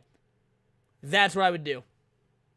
Be honest, I did use a lot of save states here. Don't get me wrong, I tried to do it without them to test my abilities, but then I realized why you need save states. If you die, regardless of how many lives you have, it is back to the beginning. Not the beginning of the level, but the whole ass game. It doesn't matter if you— Okay, now that's cheating. That's unfair. What's the point in having multiple lives if it's gonna send you back to the beginning of the fucking game? Yeah, you know what? Use save states. I ain't even gonna use save states. You're on the final boss. If you die, it's GG's. Speaking of GG's, you should— Oh shit, St. Hugo, our resident game dev in the chat. Actually, we got a few of you guys nowadays, which is awesome. I love seeing indie game devs in the chat. Gonna try and get something like that running. That would be ridiculous. That'd be awesome.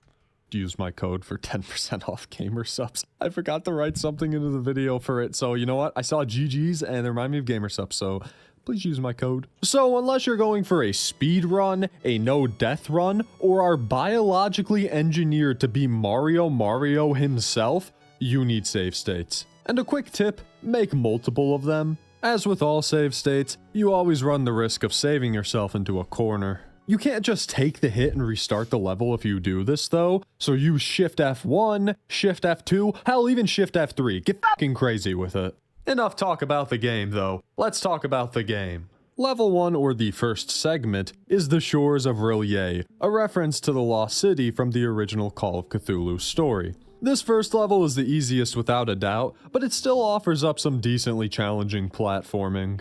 Not to mention that there's some I really like the design of the mushroom here. Like, I know it still looks like a real mushroom, but just having it be a little bit distorted does add to that eldritch sort of vibe. And normally I would agree with you, yes, save states are cheating.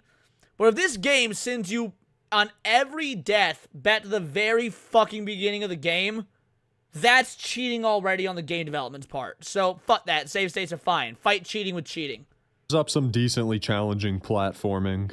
Not to mention that there's some actual thought that needs to go into navigating the level. It's like a step above a normal Mario level. Also, instead of Yoshi coins, you have to collect these random cats that are hidden about. Does he not know? He says collect these random cats that are hidden about. Does he not know why they put the cats in there? Homie gotta do some reading on Lovecraft if he's unawares. You don't really need to get them at all. It's kind of pointless. Make sure you collect these cats as they're very important to the overall experience. Couple other things like these statues you can talk to, introducing the basic enemy types, this blue car that just kind of appears, and you're on to level 2. Non-Euclidean path is a combination of this desolate overworld and funky ancient underground. Not only are the enemies more frequent and annoying, but new mechanics are introduced too. Like for example, you have to move this big old block to navigate around the place. Not to mention these assholes jumping out of nowhere. Some of them are fake and some of them aren't. That's really messing me up here. Thank God mine's just a prop. To be fair, that's a pretty old school tactic. Like I like that. That's not even anything particularly Lovecraftian. That's just an old school tactic in gaming.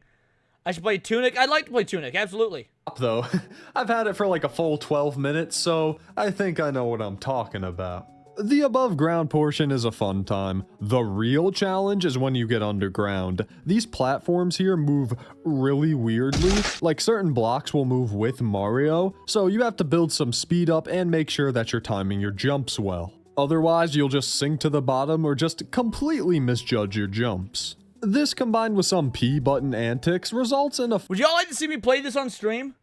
Like, be real. Would y'all like me to see me play this on stream? Because I could definitely make that happen. Fun but difficult section. The third segment is titled Evil Architecture. It appears that the big bads are onto you at this. You say yes right now? Here we go. Here's what I'll do. I'll put a poll in the stream. I'll put a poll in the chat. I'm not gonna do it right now because I would have to like download the ROMs, download the hack, all that stuff.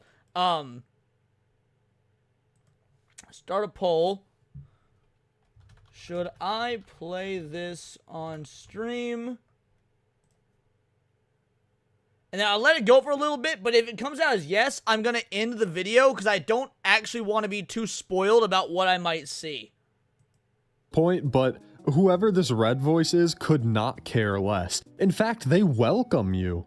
The fourth wall will not protect you. Oh, that's why they don't care. They're going to kill Mario by killing the player in real life. Level 3 is where I started dying somewhat frequently, as the difficulty increased once more. The big mechanic this time around is that the bottom and top of the screen are connected. So if you fall in a pit, you'll spawn at the top. This actually leads to a lot of interesting puzzles and some tricky segments like this never-ending staircase of goop.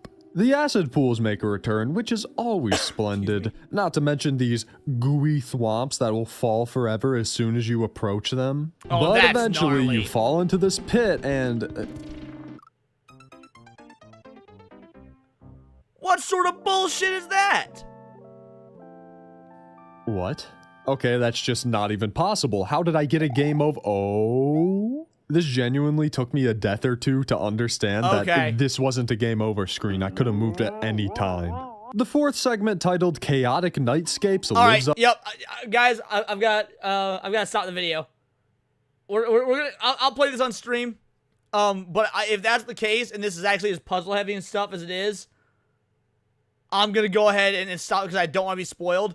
No shade to the video or anything like that. Like again. I like this. I'm going to give it a like. I'm going to, of course, drop it in the comments for you guys. There it is. Check it out. Make sure you give it a like. Give the guy a sub, the whole nine. But I don't want to be spoiled on any of the craziness that might ensue. I will be using save states when I stream this. So that being said, I think we're going to call the stream here. We're going about 3.5 hours. Can we pair this with Pole's Big Adventure, which is a Mario parody? Put recommendations like that in the Discord. I don't know what Pole's Big Adventure is. I've never heard of it. But yeah, I will definitely do it. That will be one of the next game streams. I don't know if it'll be the very next one, but it'll be one we do. Let's see. We'll definitely do it before the year's over. We'll definitely do it before the year's over. I've got to make sure I've got the emulator working and stuff like that. But we'll certainly do it before the year's over. All right, let's find out. Let me add this to my... There we go. That way I can remember to do it. Add it to my watch later queue. All right, let's see who's live. Let's see who we're going to raid into.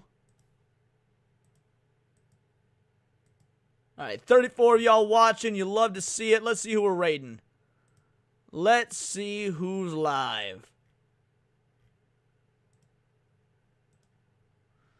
Mike Hollow. Oh, yo, Hypno Gaming. All right, I'm going to send y'all over to Hypno. Hey, one last super chat from Miss Molly at 250 Banger says, good night to you. Truly appreciated. Holy shit, I'm gonna come. Means absolute wild to me. Alright, I've got set up to raid Hypno. We out like 4 circles. Guys, I'll be back tomorrow. If you haven't watched today's video, check that out. It would mean the wild to me about the Tomb Raider stuff. I'll have videos tomorrow, streams. Y'all know how it works around here. Videos and streams every day. So yep, until next time, it's all here in the Nerdosphere. And this has been Words of Paradise. Stay tuned after the credits to go on into Hypno and type in Vital Idol Raid.